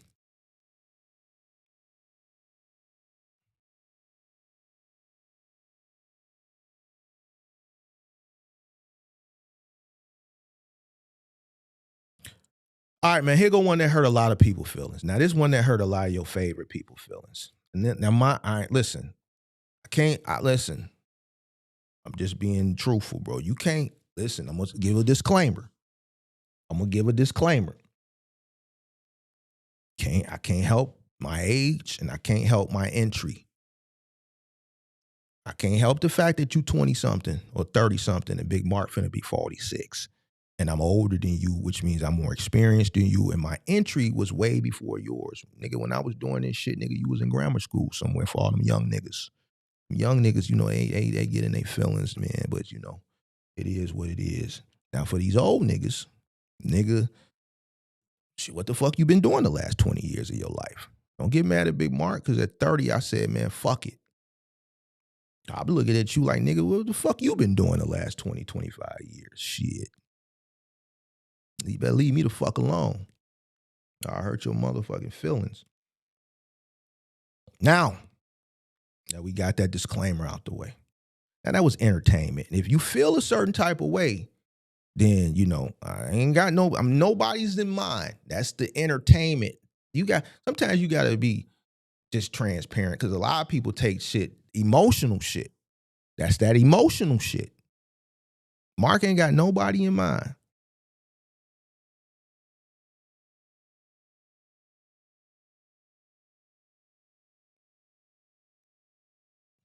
Mark ain't got nobody in mind. But let's talk about the experience. And this is a real thing. This is something that I have gone back and forth with individuals about in the past, as far as, you know, some of these debates and shit that we've had. A lot of people that do content, and I'm just talking to the people as far as how to do your research. A lot of people are not that tenured or probably have never even done it.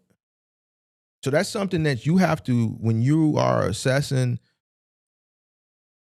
an individual on who you decided to actually sit back and consume from, that should be one of your references that you want to check as far as experience level, right? Obviously, the more experience, the better. Some people have never done it.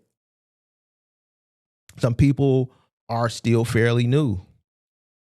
Most people are, I call them pandemic babies. They've been in since the pandemic, 2020, 2021. Now, 5 years is experience, right? But, you know, there's people with more experience. So that's one of the things that you have to, you know, remember when you're researching. You got to ask yourself, has this person dealt with breakdowns? Have they managed drivers? Have they survived slow seasons? One of the main reasons my channel started to get traction was peak season 2022. My experience gave me the ability to forecast, and I don't think many people that are watching today was watching this content back then, because y'all would have known the 70% person. I didn't see anybody name them in the chat. So either people are really busy, or there aren't many people that was watching content in this space 3.5 years ago to know who that joke was intended for, that said the 70% shit. But anyway, back in 2022, when the market started to correct itself, everybody that was still in, that had that shift started to happen, was banking on peak season, because they remembered the peak season of 2021. I started, by me being new, I'm looking at the content. I'm seeing the content creators say, oh, 70% and all this goofy shit. And me being a real experienced over a decade at that time, I said, man, this space is stupid. That's what came to my head. I'm just being honest. I said, these motherfuckers dumb.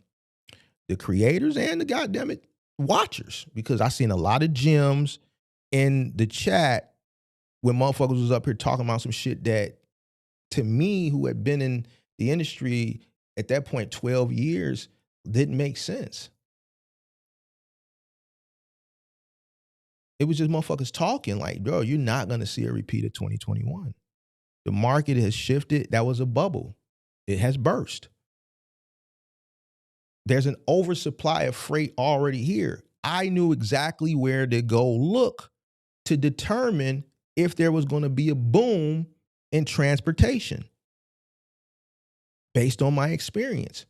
most of the things that people consume or purchase in this country are made out of this country. So I went to look at the imports. Being in retail and big box retail in the late 90s and the early 2000s, this is also where my experience came in logistically. We used to start receiving holiday merchandise when I worked at the Gap in the 90s, the late 90s, early 2000s in September. That shit is made in sweatshops overseas. Most holiday freight starts to come into the United States in July and August and September. A lot in July, end of July, August. Supply chain. Shit just doesn't pop up overnight the night before Black Friday. We were getting holiday seasonal freight in September, and we were backstocking it way in the back of the stockroom. That shit doesn't get rolled out to holiday 1, end of October, beginning of November. Middle of October. That shit is already here. When I worked at Target, same thing. Those plastic bins that you buy at Target and Walmart, you get the red and green ones, right? I'm just thinking of something that's seasonal. You started getting that shit in September. All the holiday freight, the boxes say holiday, whatever year, 2001, I mean, not 2001, 2003, 2004, holiday 1. You have 2 phases of holiday. You have 2 phases of spring. You have 2 phases of summer in retail. Summer 1, summer 2, spring 1, summer 2. This is when my experience is coming in from logistics and from logistics as far as retail is concerned. That shit was coming into the store September. I'm the stock manager, so all the holiday shit doesn't get pushed to the floor for another month and a half. So I'm telling my stock associates to get on the wave, get on the forklift, stock all the holiday freight way in the stock room, farthest in the back, way on the top shelves, because we don't need to access that. I want my lower shelves and shit saved for the shit that we constantly replenishing on the floor. Notice the terminology I'm using. Replenishment.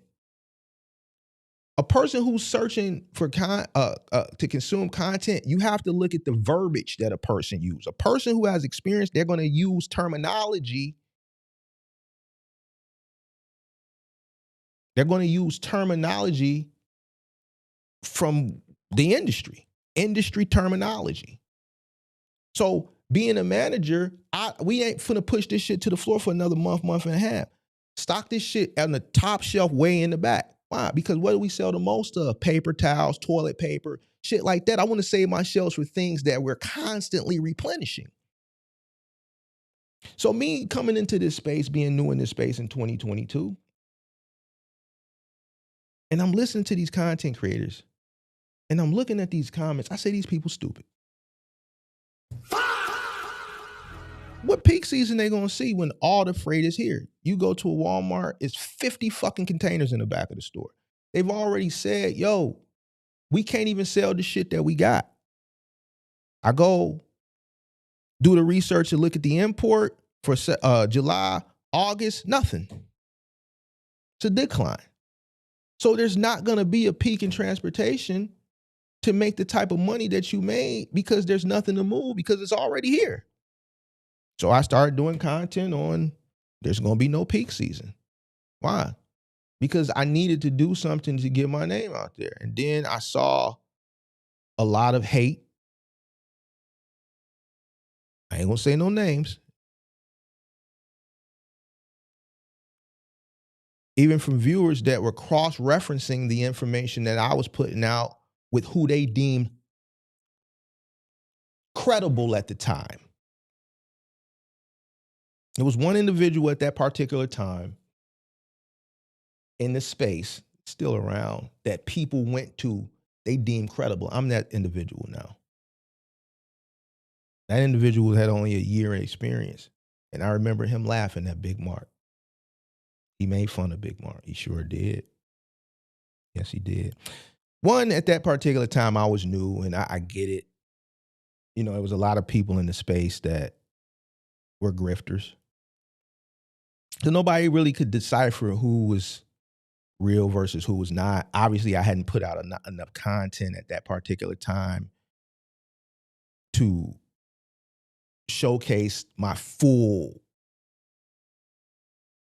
experience and credibility, right? Because I was still new, right? I didn't have the extensive content catalog that I have today. So I get it. You dig what I'm saying? But what I don't get is the ignorance as well, because I would have processed the information before I went and shut it down. Long story short, peak season came around. It was horrible. And that's where a lot of people start to watch. But that's indicative of a good content creator. They're going to tell you the things to look out for. That's where the experience kicks in, the ability to forecast based off experience and how to look, where to look to be able to forecast, yo, is this season going to do this or is this season going to do that? I got the experience from logistics, from actual retail and the trucking aspect as well. This is where the experience, but as a viewer, you have to be able to decipher different levels of experience when you're deciding who you're going to consume from. How an individual handle insurance audits. I've talked about me being dropped and why I was dropped. You hear the good and the bad. Claims. I don't see anybody talking about claims. You hear me talking about them. You've heard employees of mine come up here and talk about them. Quarterly taxes. I've showed quarterly taxes. I showed my quarterly taxes. A lot of people don't pay quarterly taxes. They don't understand what quarterly taxes are. One, because a lot of people are misclassifying their employees as independent contractors. What's something that you find in my content catalog? Misclassification. I cover this stuff. Why did Mark not put 1099s on people? Mark's scared of two things, God and the IRS. That's it. I showed you my quarterlies. Unemployment insurance. SSI. A seasoned person who's doing things by the book can show you these things. Have they operated during a market downturn successfully? Most of the people were consuming information from during that time period where it was too good to be true and it actually was, had already made shit ton of money off selling people the dream of a bubble, unbeknownst to them. And then when the market corrected itself, they could not coach or consult a person through the bubble bursting.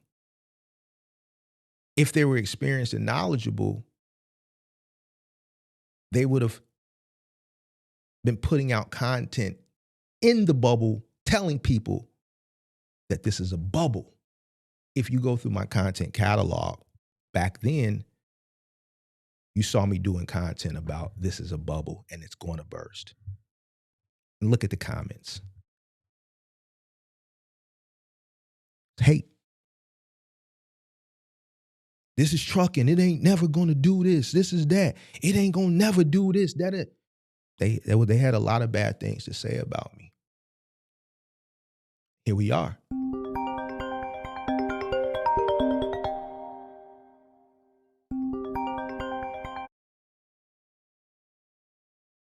Those were ignorant people. They were ignorant content creators that lacked experience. And it's in the content. It's still up there. It's people that watch my channel that was watching the content back then.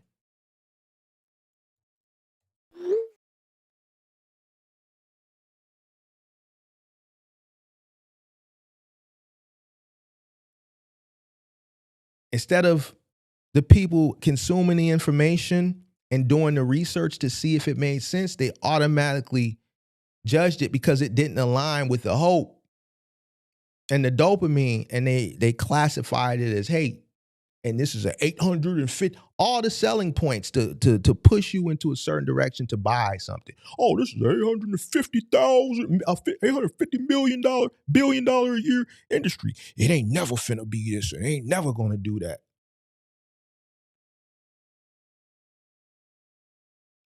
People gonna always need this, and this gonna always be that, and this is gonna always be this.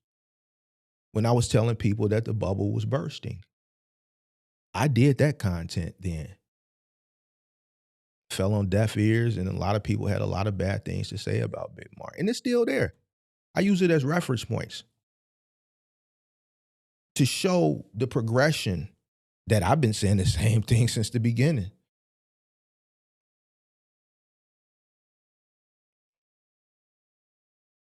That's why I said, man, these people are stupid. The creators are stupid. The viewers are stupid. I'm speaking at that time frame, not talking about present.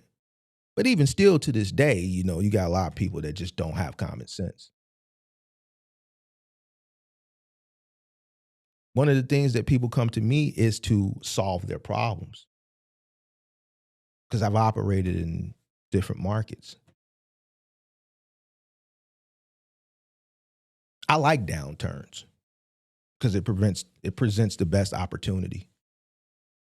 You never heard other content creators say that. I'm the only one. It's not beneficial for them to say it because they make their money selling you something. I turn people off when I say that. I've had debates with people, Mark, why would you say something like that? Because this is the best opportunity. I don't think like how you think. And see, a person who's consuming content from a business perspective, they should look at things like that. Why is he saying that? Why is he saying the best time to buy is when everybody is fucked up? I've never heard none of the other content creators talking like that. Let me dig deeper. That should make you inquisitive. But no, you fall into the 85 to 90% of failure because you want to be sold a dream. That one diamond in the rough is giving you the game. And then you hear me say something like, cool, be sold a dream because we need you too. We make money off of you.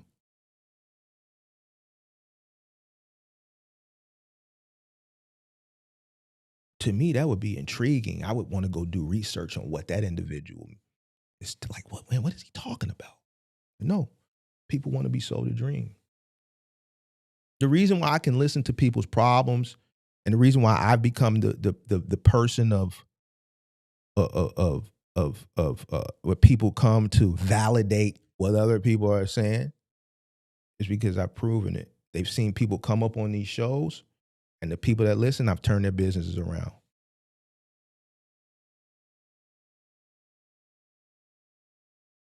The people that have come to me in the nick of time, I've told them the things that they need because I've been through these situations. I have the experience. And you see me do it week by week, day by day, for free.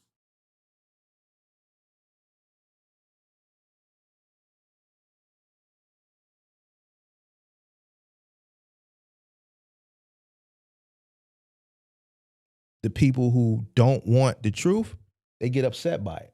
They don't sit and assess, wait a minute, hold on. He's doing it for free. And he's at home doing it. Let me pay a little bit more attention to this. There may be something to that. That's how I know people don't understand, they don't follow the money.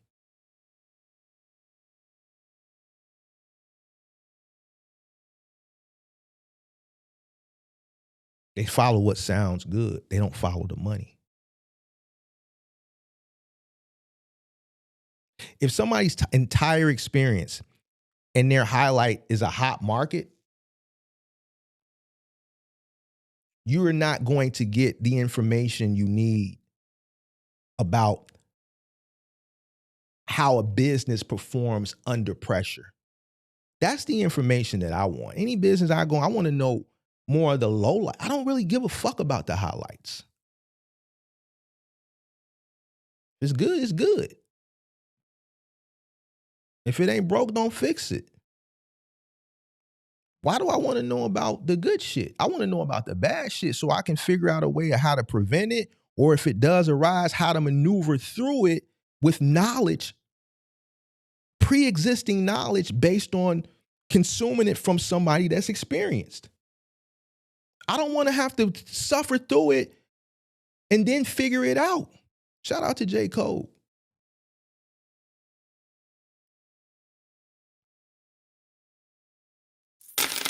Sweet. Every time you see J. Cole come through, one of my rich subscribers, man, J. Cole would tell you, one day we got to get J. Cole's testimony, man. J. Cole would be the first person to tell you. I tell you all the time. Big Mark ain't going to lie. If you listen to Big Mark, you going to be straight. A lot of people just want to hold on to hope and the dopamine. Appreciate you, J. Cole. Appreciate you as always. Appreciate that. Sweet.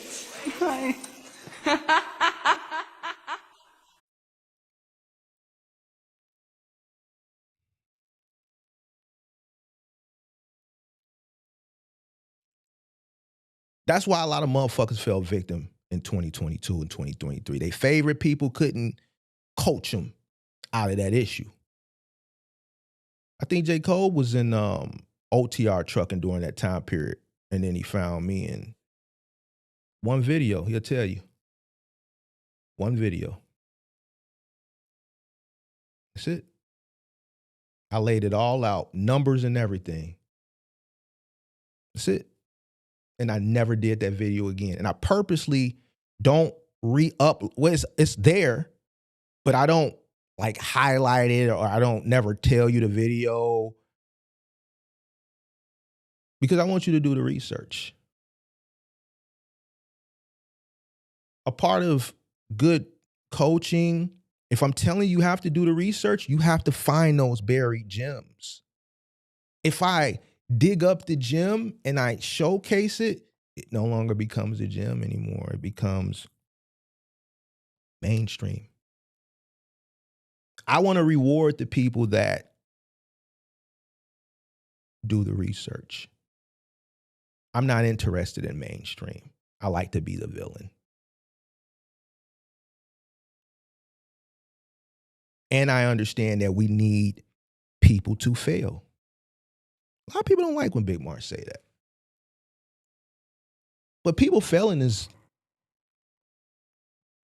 to me, it's not personal, it's just business.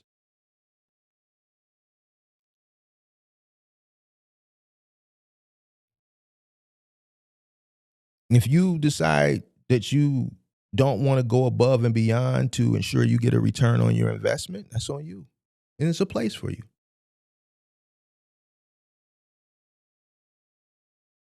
If a person can't coach you,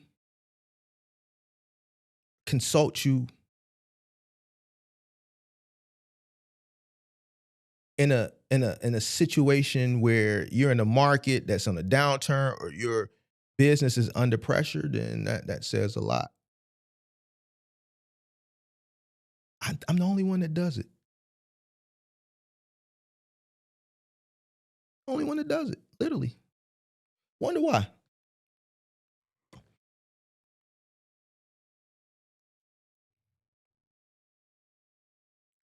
And I told you we was going to take this slow and we was going to walk this down. Avoid what people talk about. Watch what people avoid, what they talk about. Now, this is an experiment when I was on bullshit a few years ago when I was going through these wars and shit. These info wars, when content creation in this space was still prevalent before. The hype was down, but it was still a lot of hype. There was a lot of shit going on. But you got to watch, like, what people avoid talking about. It's one of the biggest flags that a lot of new entrants that get misled, what they miss. If individuals avoid talking about compliance,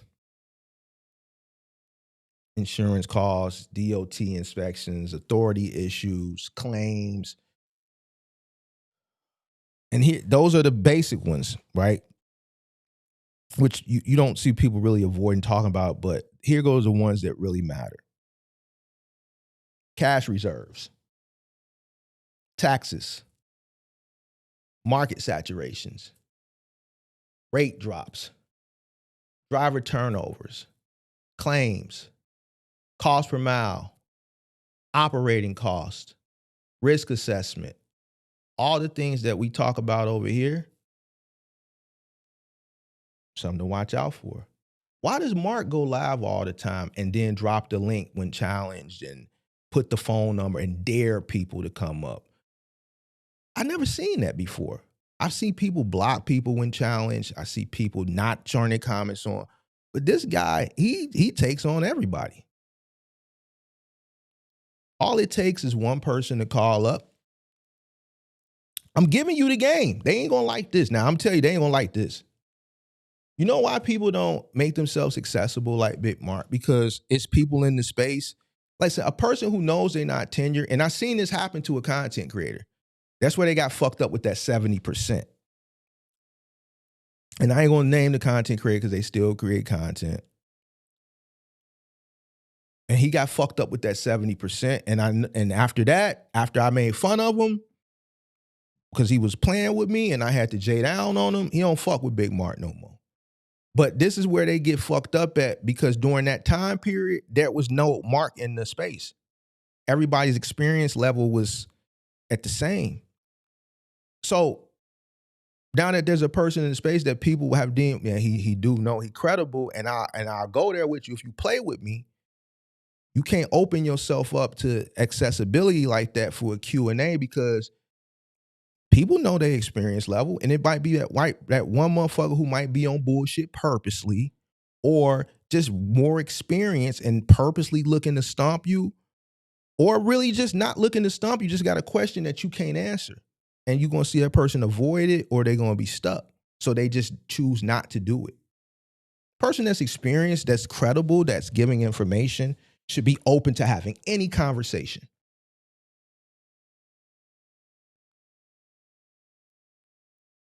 The moment a person who deems himself credible, that's selling products, ebooks, courses, and things like that, that opens himself up for accessibility publicly by taking phone calls or letting people click the link and do a Q&A, and they get stumped, that credibility is gone.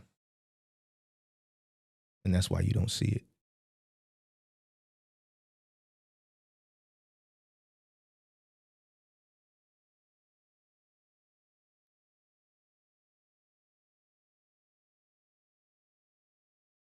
So I always drop the link, call up, dare people to call up.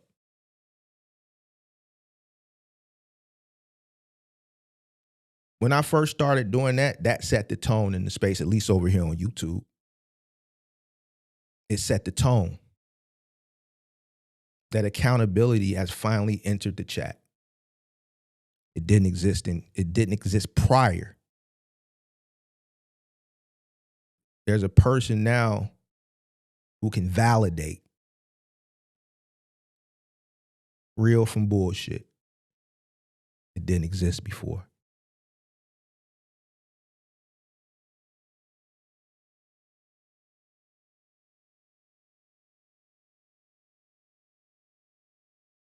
If a person is silent and they deem themselves credible with information, you shouldn't be silent. Because it's not ignorant. It's done intentionally. It's done purposely. What if they open up the phone lines and I just get on bullshit one day? And I just, I already know they ain't. And I just go in there and I call up and I purposely try to stomp them.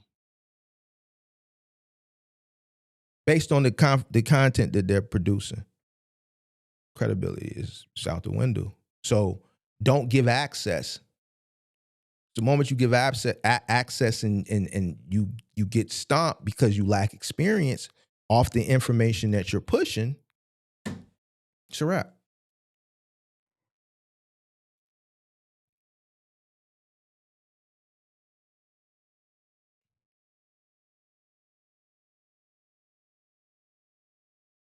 It's a wrap.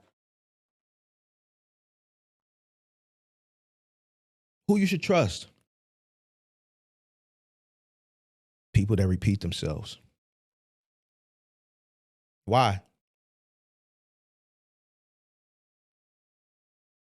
Why should you trust a person that repeats himself? If you've been watching me for the years that I've been on here, I've done the same content over and over again. Sometimes I dress it up. Sometimes there's some satire in it. But when you listen to me tell these stories of just things that I've been through in my experience, somebody actually said this. He said, one thing I realized about you, I've been watching you in the rafters for some years now. Every time you tell, I've heard you say some of these same stories and they never change. That's all it took for me. Like, you tell stories and I can just listen to how you talk. You'll derail and then you'll tell a story that you told before and the story has always been the same. That's one of those things that you just get, situational awareness, being able to determine, okay, yeah, it's legit. A middle American wouldn't have that. They wouldn't know how to look for that thing because a motherfucker that's on bullshit, they story is switch up.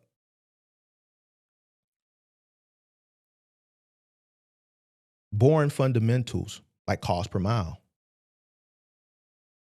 like operating costs. You know, people, man, why you always talk about this shit, man?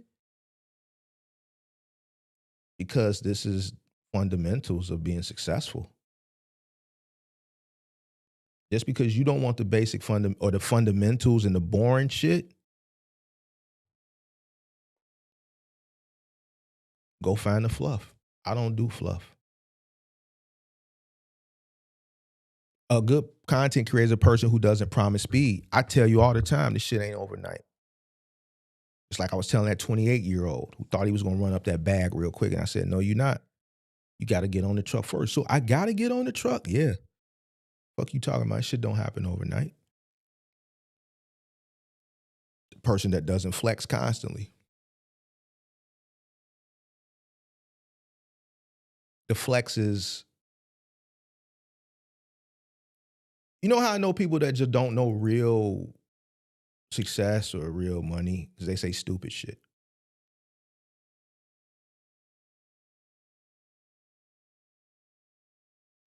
A lot of the shit that you see on TikTok is manufactured. And they'll believe that.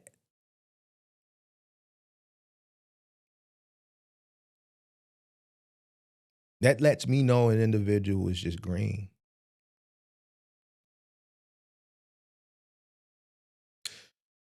Motherfuckers tell me, you in the house, you ain't out here. I immediately laugh at that individual and say, you're gonna fail. You can't follow the money. I know you don't own anything. I know you don't own a home. I know you don't rent anywhere, and wherever it is you is laying your head, you probably living off a broad. I know you don't pay no bills. I know you really ain't out here off the muscle in this economy. I know you ain't shit just off of saying that shit right there. Because a motherfucker who understands the cost of living wouldn't say no ignorant shit. You don't own a goddamn thing. And it's very telling. You're speaking from emotions because you didn't hear anything, because you didn't hear something that was appeasing to your ear. You didn't get that dopamine hit. You are an individual who follows trends and believes manufactured bullshit off of TikTok.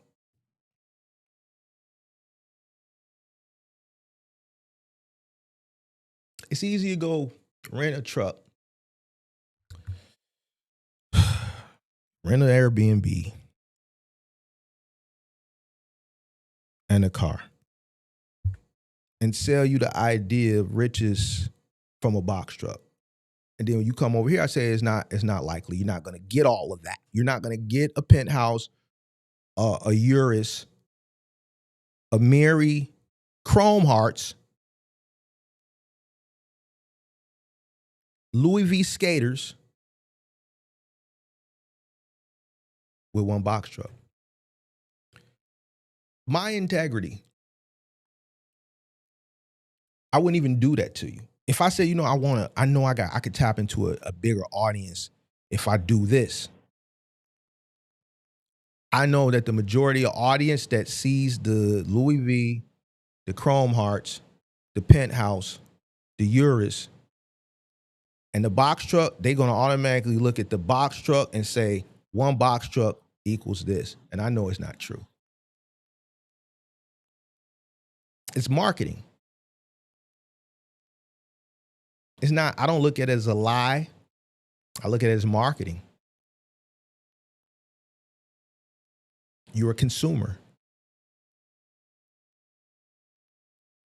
It's just like we were watching the video the other day when we were talking about the repossession, and like when the pickup trucks, they show you the pickup trucks. So if you go to the auto show, like Ford will have the display where the pickup F-150 is going up that bumpy, terrain, and it's showing you how, it can operate off-road. It's marketing to get you to buy it.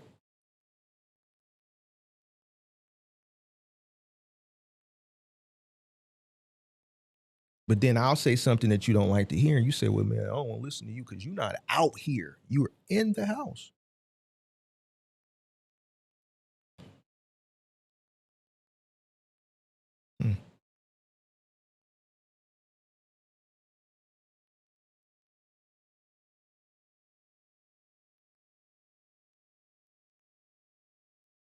I would be like, damn, how the motherfucker talk shit all day in the house? And he did 2 live streams in the house. He do all this talking. He don't never tire. He be consulting people for hours. Some lady just called. He talked to her for hours. He never said, click the link in the description and buy this or do that or do this. He just talks shit. He called motherfuckers goofy. he make fun of people. This nigga in the crib. How the fuck did he do it? He been in there since the whole time he been doing the content. Then the nigga rehabbed the shit.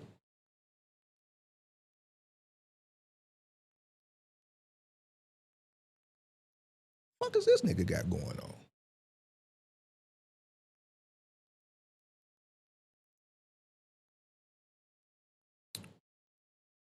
That's how I know motherfucker don't own shit.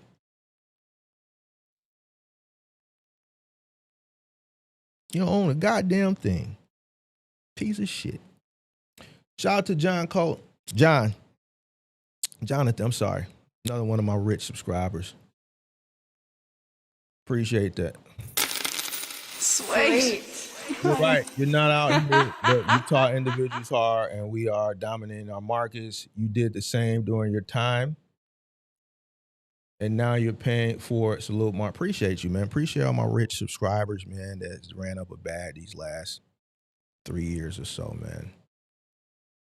Appreciate y'all, man. Big Mark done put his work in, his time in, and did what he needed to do.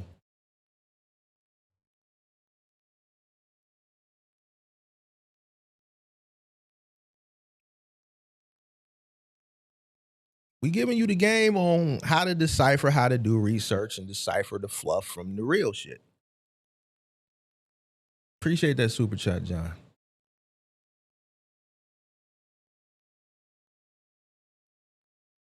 The real ain't pressuring you to act now.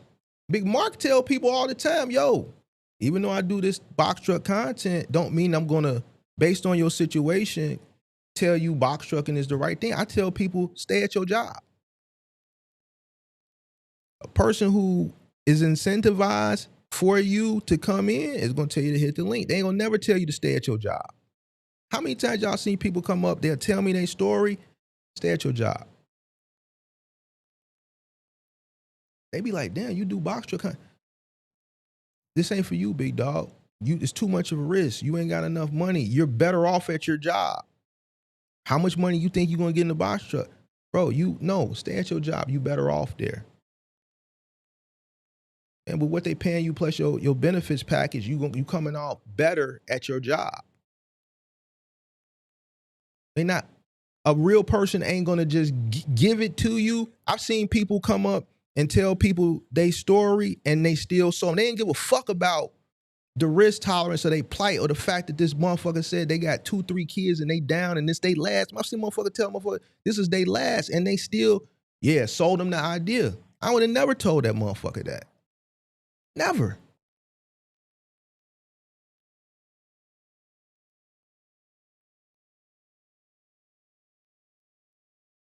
You see me tell people all the time, man, stay at your job, bro.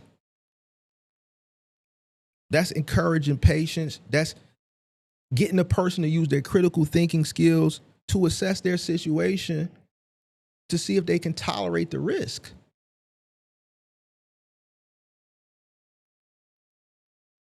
A real person is going to encourage learning before entering, learning before scaling.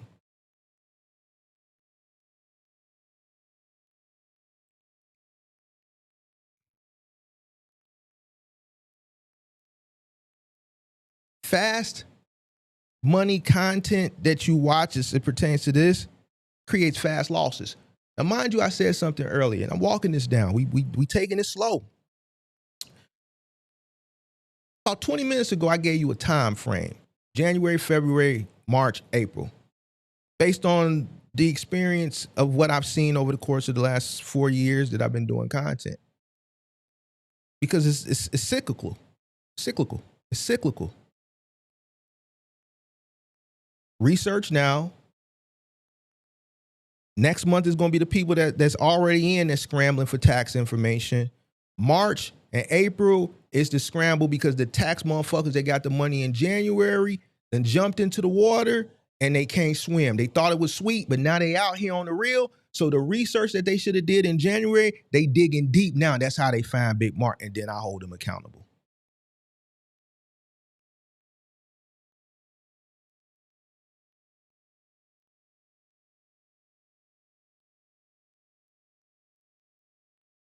Consuming that fast money content as it pertains to box truck creates fast losses, fast failures. It don't take that long. Watch, just watch. All the most viral call-in clips happen in March and April of every year. The slow content, this shit that I kick over here, build survivors.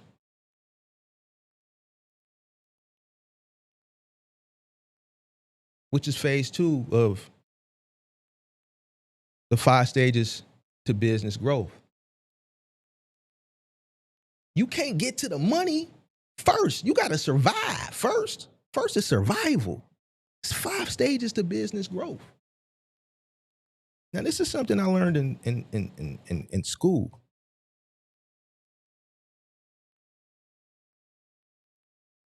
You got to survive.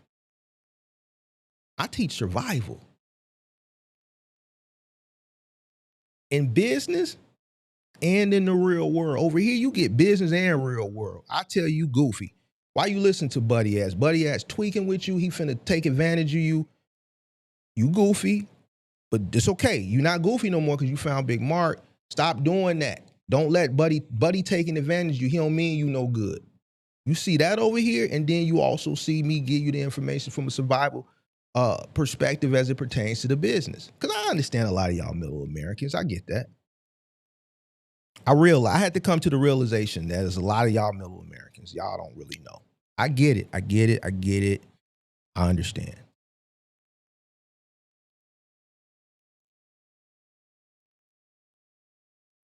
You want to know all the bad shit. Good is good. I don't give a fuck. Listen, only tell me if 4 of them around the corner, they masked up, they got Nike techs on, right?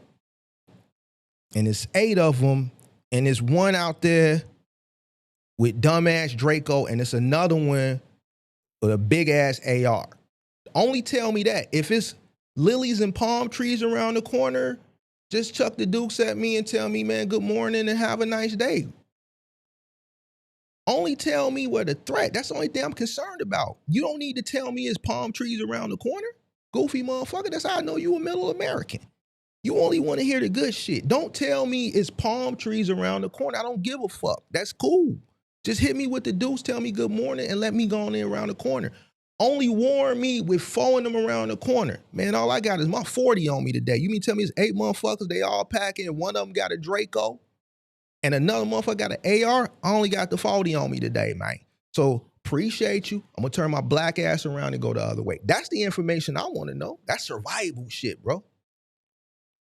I want to know the same thing in the street. I want to know the same thing in business. Fuck, I want to know that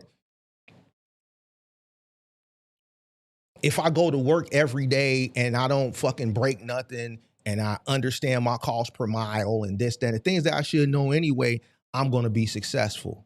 I don't, cool. If it ain't broke, don't fix it. Tell me, yo, truck going to break down. You need to make sure you got some cash flow. You need to make sure you got cash flow. Yo, all that money ain't yours. You gotta cash flow the business. Hey, the business don't care about your home, man. We don't care about your home, man. If you can't pay yourself, man, you need to do your CPM. Man, the reason why this is happening because of that. The reason why that happened is because of that. Stop doing this goofy shit. Why you doing that? Tell me about the shit that I could prevent, or tell me about the shit that's inevitable and how to maneuver through it when it finally does happen, so I don't have to figure it out on my own. Because if I figure it out on my own, the longer the problem is there, the more expensive it becomes. Or it could be a situation like Cordell had, where his transmission went out, and because he didn't utilize the Discord for what it was, he ended up spending more for the transmission than what he should have, when the experience was in there, and we could have saved him $3,000.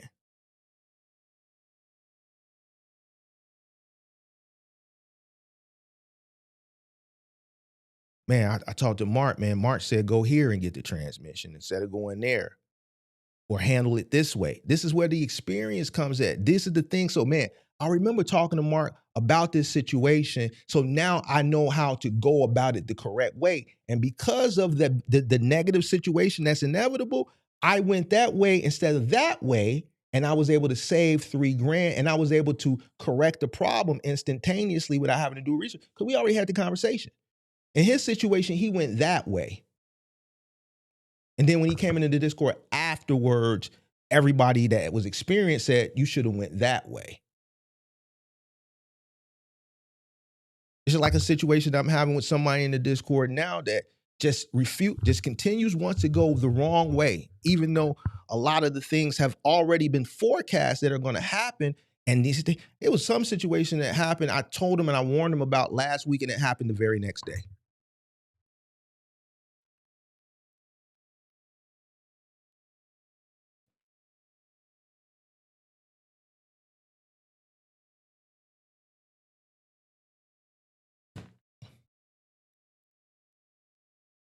Only tell me if I'm looking for somebody to coach me, and coming from an environment that I come from, I only want to know the information that's going to prevent me, or if I have to deal with this shit, I'm going to know how to deal with it. It's just like, I hate to mention this, but this is a great example. It's just like the shit that happened yesterday in Minnesota, bro.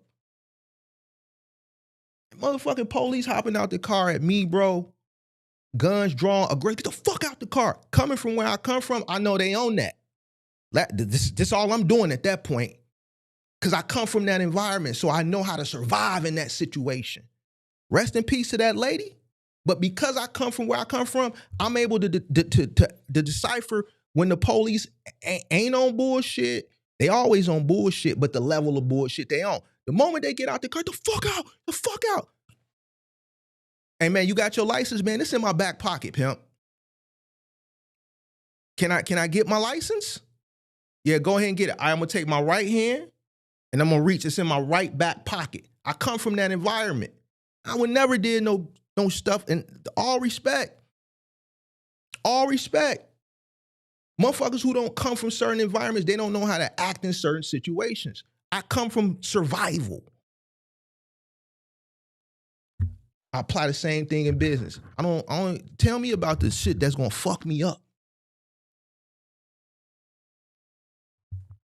I don't care what color she was. We talking about instincts based on survival, background.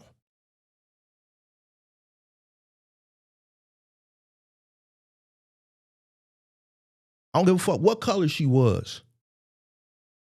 She don't come from where I come from because my black ass know police, if they get out, hey, what's up, buddy? Let me holler at you for a minute. Okay, they on bullshit, but they ain't on 100. Get the fuck out the car. Get the fuck. They on bullshit and they on 100. Nigga, I ain't even reaching in my pocket because I already know they trigger happy. I already know they goofy middle American motherfuckers that got an itchy trigger finger. They looking for some action because they been waiting for some action. They ain't had it. They been on the force 4 years and they ain't had no action yet. They looking for action and they looking for the first situation of action, the little smallest thing that they can get some action. And on top of that, they scary than a motherfucker because they never been in these types of environments. They didn't grow up in these types of environments, so they don't know when to act and when not to act. They don't know what's a real threat versus a non-threat.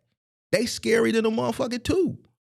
So me understanding that, I know it's scary motherfuckers, police in my community that got an itchy trigger finger. That's a deadly combination, hands in the air.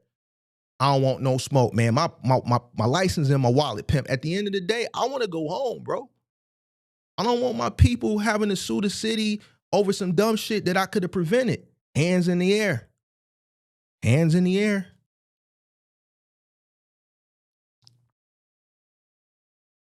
I know how to decipher a cop that's on bullshit on 10 versus a cop that's on bullshit on 100. Hey man, my foot, the car ain't, hey, get out the car. All right, but the car is it's still in drive. I got my foot on the brake. Can I put the car in park? Yeah, put the car in park, motherfucker. Put the car in park, put my hands back up. Only tell me about the shit. So me understanding and we paralleling shit. Yo, I would tell my son, my daughter, my niece, listen, if the police ever stop you, just comply. I don't care if you in the right and you in the wrong. At the end of the day, if you in the wrong, we want you to live. We got paper. It ain't nothing. We got money. We'll do what we got to do to put on your books or to bail you out, to get you lawyers. We just want you to live. Just comply. If you in the good, you in the good. Even if you in the bad, we just want you to live. Don't worry about it. Just comply. Just comply. This is educating a motherfucker on survival. I don't have to educate a motherfucker on mind your business. Mind your business. If it's good, it's good.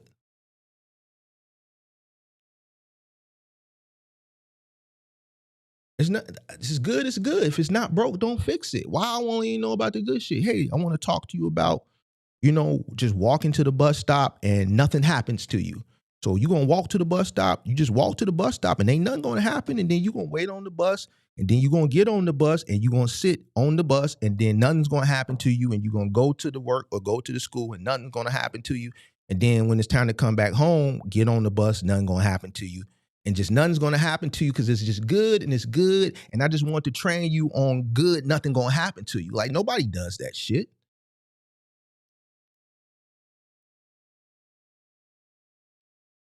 The only thing you should be looking for is the shit that's going to fuck you up, put you out of business, and survival shit. What the fuck you want to research all the good shit for? The fuck is good shit ain't going to help you in a bad situation? Good fucking middle American shit, bro. That's why I can't go back and forth with middle Americans no more. I'm not doing it, bro. A lot of survival shit that you get from just living, you can apply to business, bro. I don't give a fuck about good shit. I only want to know about the bad shit that's going to keep me in the game.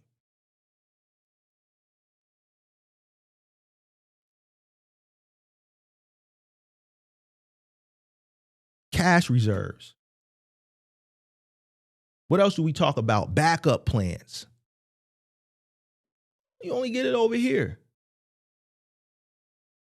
Do you understand the daily reality or just the upside?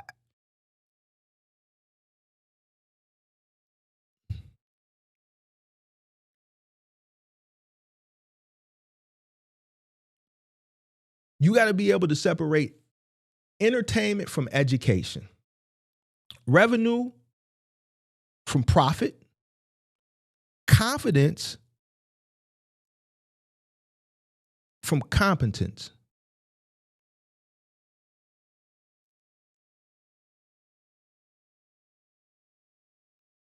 Big on the entertainment versus education. Big on the education, the entertainment versus the education. Big on that. If you can't determine the difference, then you're gonna fall victim. You're gonna fall victim every single time. It's what it is.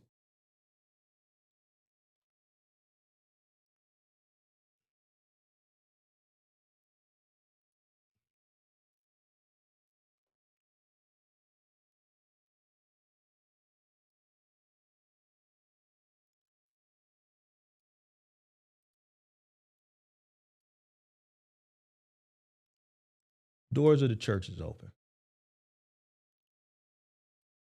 Phone line is open. 312 2 5483.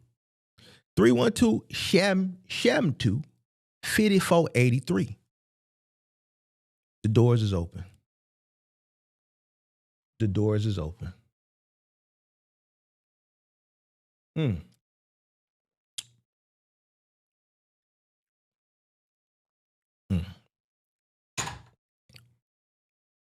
Hit the like button. Hit the like button, subscribe to the channel, turn on post notifications.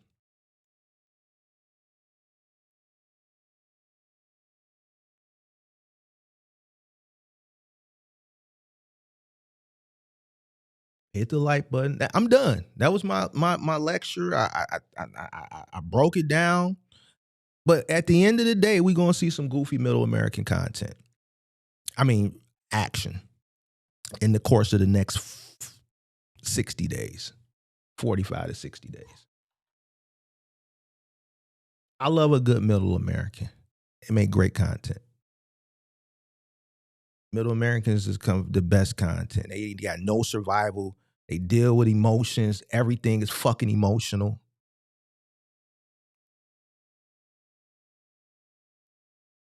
Make emotional decisions. Listen to shit that's pushing dopamine and shit. They believe every fucking thing. They to them, fat meat ain't greasy. And they gonna fall right into the goddamn trap. And then I'm gonna be here. I'm gonna say 312-772-5483. They're gonna call up and we're gonna have some fun. We're gonna have some fun. 312-772-5483, man. The phone line is open. The phone line is open. It's open. It's open. The phone line is open. It's open. It's open.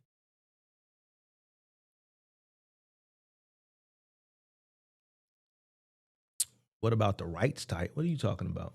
Man, the phone line is open. I don't want to talk in the chat, bro. Call up. Call up. The line is open, bro. I don't even want to have conversations. I don't want to have typing conversations, bro. I just talked for fucking 2 hours and 30-something minutes, bro. I don't want to like read. I just want to conversate at this point, bro. I don't want to read or process what I'm reading. I want to just talk fluid. If I can lay back in my chair and just talk, bro.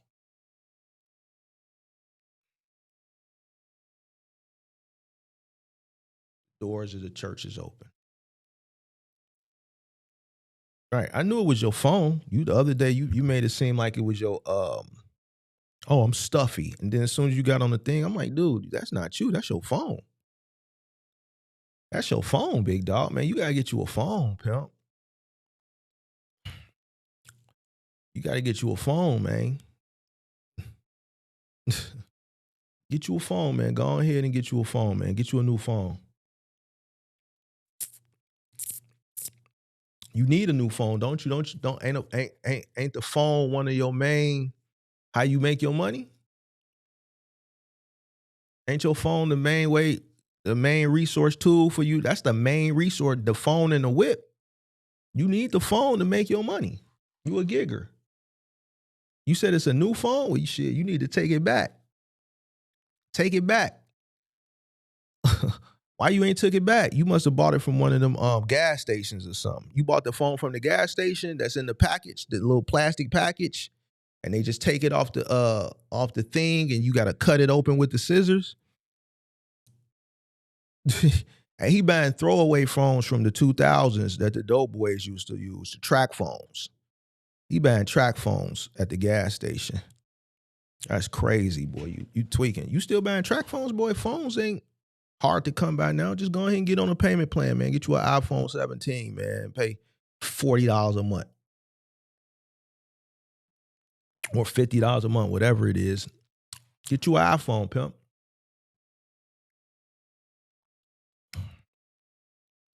I don't know, bro. I don't know.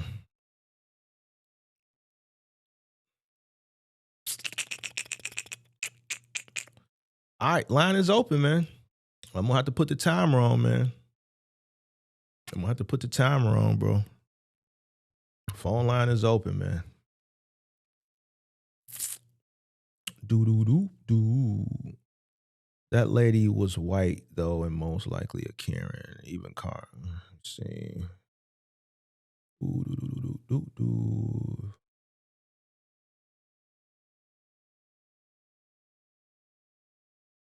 Um.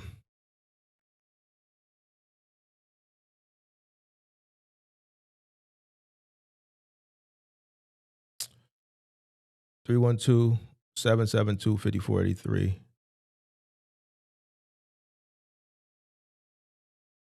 Oh, Sage in the chat. Hey, Sage, man. I'm gonna leave that shit alone, man. Man, you know, Sage crossed the line with Big Mark, man. He played with my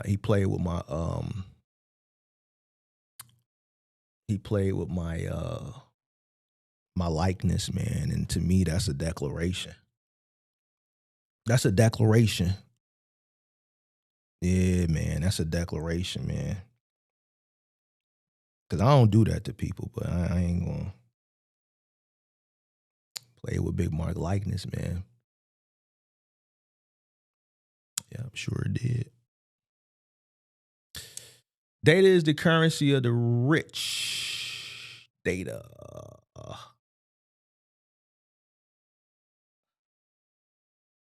Mark, I better not see you at 8-pack dinner. Why would I be at an 8-pack dinner?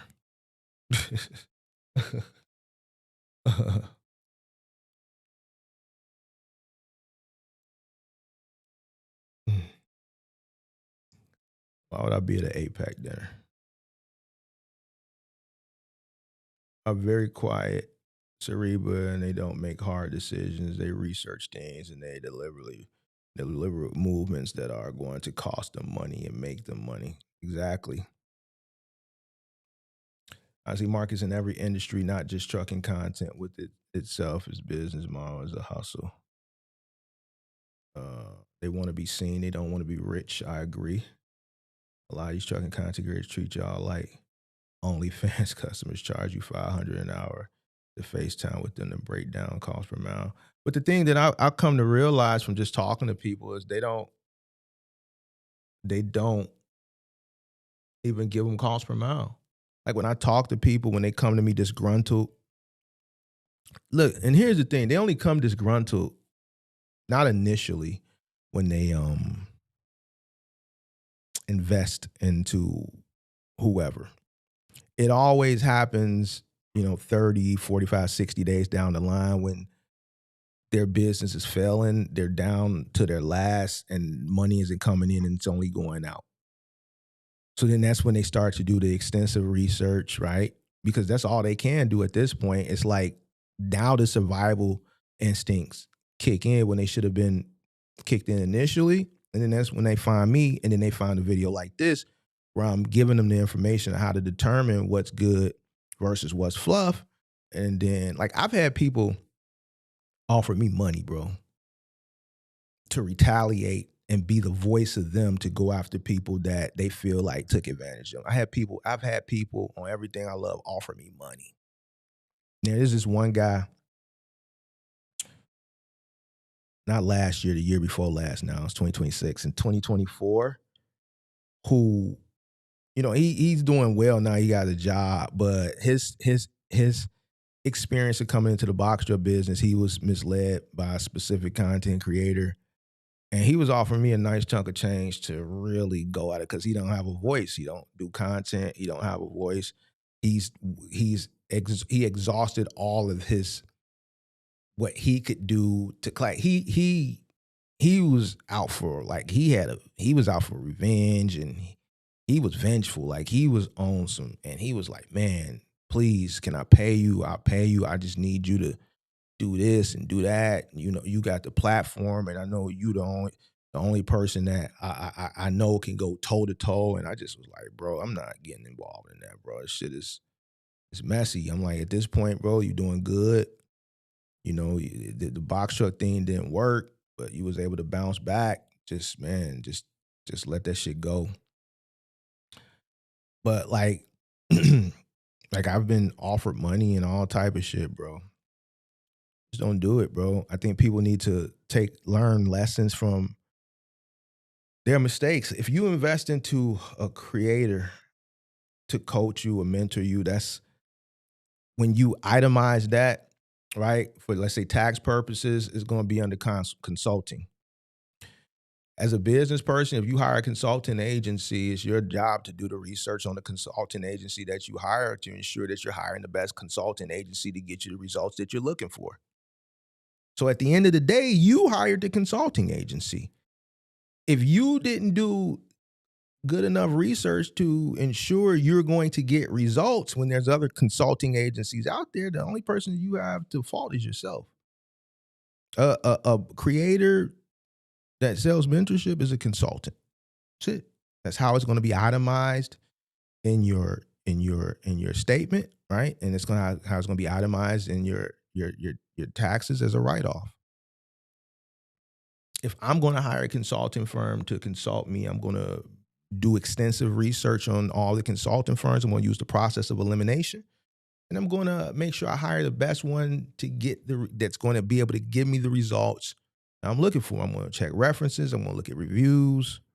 I'm going to ask the right questions because I'm investing the money and I need results. If I invest, there's companies that spend millions of dollars in consulting fees a year. If they spend $1 million, they may be looking for a $5 million return on their $1 million investment in consulting. That's how you should look at it. If I invest $20,000, let's say during the pandemic for a mentor, I'm looking for a $100,000 return on my investment. I want to 5X that.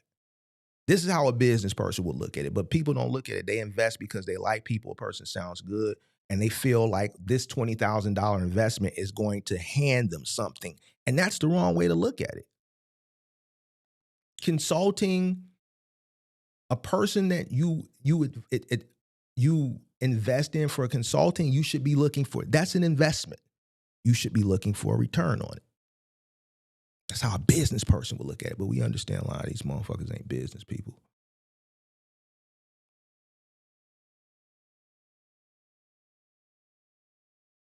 Hit the like button, subscribe to the channel, and turn on post notifications. All right, let me turn the timer on, bro. I see this is going to be one of the ones today that people ain't going to call up. It ain't really nothing to talk about, to be honest with you. I get it. I get it.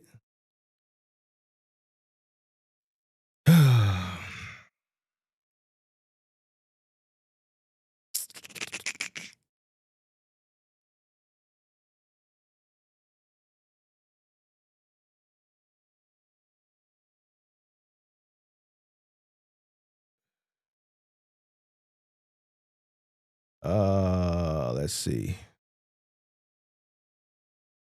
All right, the timer's on.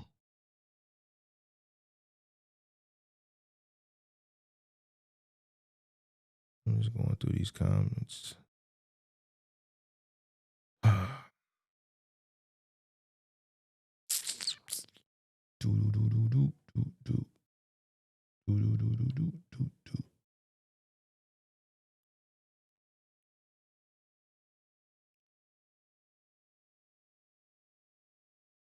It's not a whip session. It's just a conversation based on the topic. Ain't nothing to whip.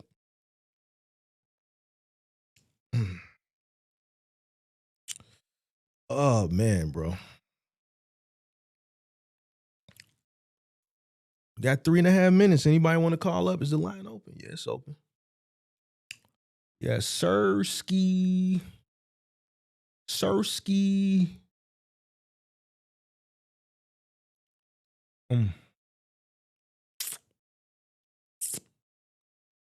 Line is open, man. 312-772-5483. 5483. 5483.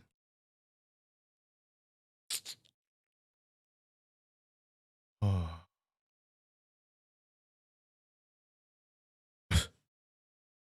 Wow.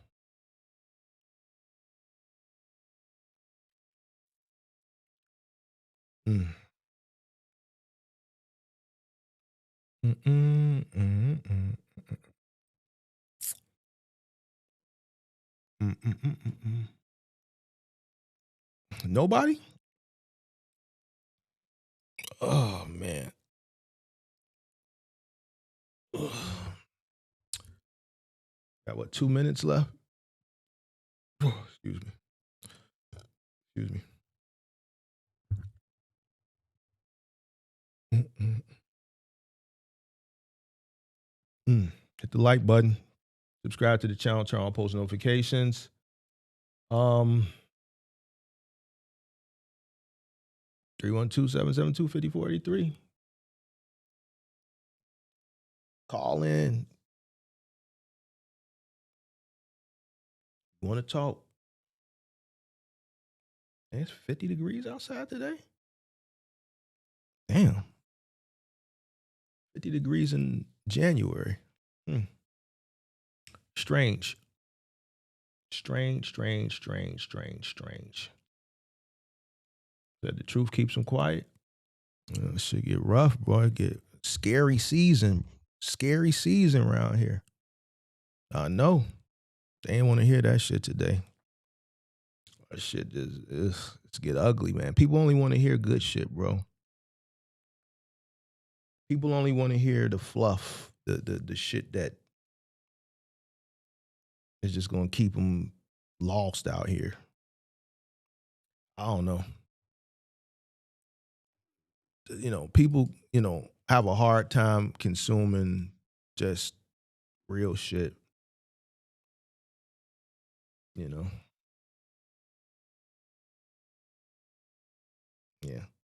Even with that shit yesterday, I think I just seen a bunch of people talking about it. I mean, it's all on the timeline, especially on Facebook. I'm older, so I got Facebook. I just see a difference of opinion, but I don't see nobody looking at it for what it really is on both sides. Shit, a two-way street, bro. That was wrong on both sides. It was wrong on both sides. Obviously I've had conversations with that shit with, homies and shit. And like me and my homies, we all had the same consensus. But our consensus is based on our environment. We know. We can tell when a motherfucker on bullshit. A lot of middle Americans, they can't. Motherfucker get out the car on me, police, whether I don't know what the fuck going on or not. Motherfucker want to go home, bro. At the end of the day, motherfucker want to go home. That's it. That's all that matter at that point, going home.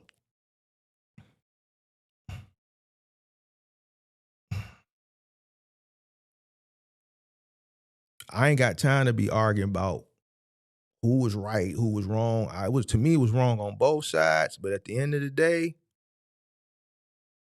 get the fuck out of the car, motherfucker. Get the fuck out. Man, I ain't reaching for shit. I ain't reaching for a motherfucking thing, bro. Nothing. You scary motherfucker. I know you scary. I know you goddamn it, itchy finger motherfucker, you. and you looking, and I ain't gonna give it to you. Not today. Not today. Not this nigga here. This nigga here ain't finna give it to you. Hands in the air. Now, if you shoot me with my hands in the air, I'm dead, but family they gonna go after you. We gonna get gonna have to pay a lot of money. You'll have to pay a lot of money, but we not giving it to you. Hands in the air. Hands in the air. Not today. Not today. That's it. That's it. Oh. All right.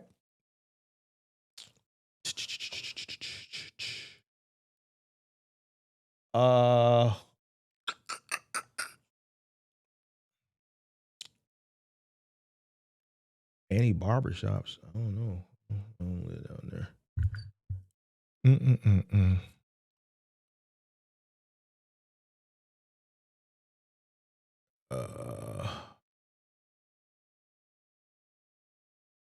All right, y'all. I think this was a good show. It's real quiet out here today in these streets, in these box truck streets. So hope everybody have a good day.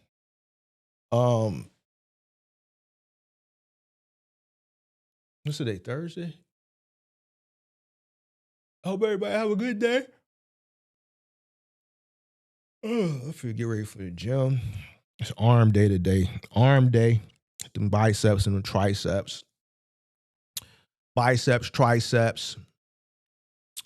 Probably hit a little chest, you dig? Little chest. Maybe if I can get some shoulders in. I ain't really been able to get no shoulders in because this fucking shit, these people, these new people. Get a little shoulders in. Get on the mat. Get on. I gotta get on the mat every day. Get them stretches in. Get them stretches in. Hit that ab work. Every day ab work, stretching. But we focusing on biceps, triceps. We just doing arms today. I'm gonna try to get a little shoulder in. And if I can get a little chest in, I'm gonna get it in because the bench press, everything is busy, so I'm gonna try to get that in while I can. I'm gonna have to alter some things a little bit, but yeah, I'm gonna get that in today real quick. It's 50 degrees outside. All right, y'all. Y'all be safe out here in the streets. Yeah, I might jump in the Discord for a minute. I might jump in there for a minute, man. Not for long. I can't be in there long today. I might jump in there for a minute. But other than that, all right, man, I'm out. Peace.